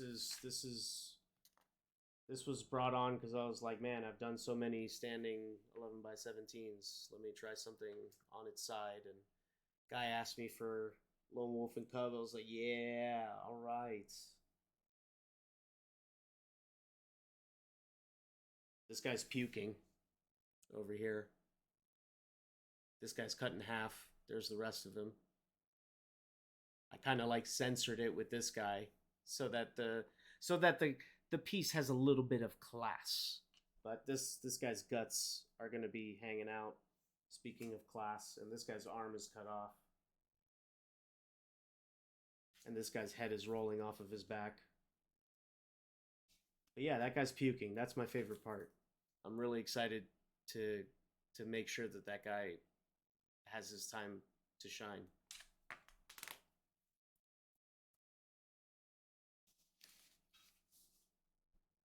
Yeah, I'm excited about it.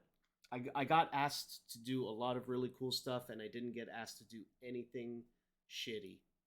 You know, that I would have to like really kind of just grin and bear.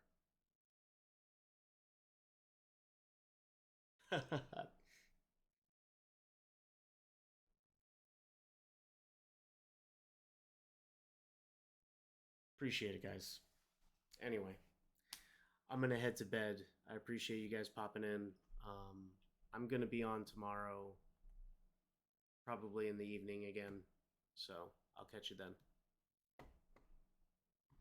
Check out the new track my friend made specifically for my videos.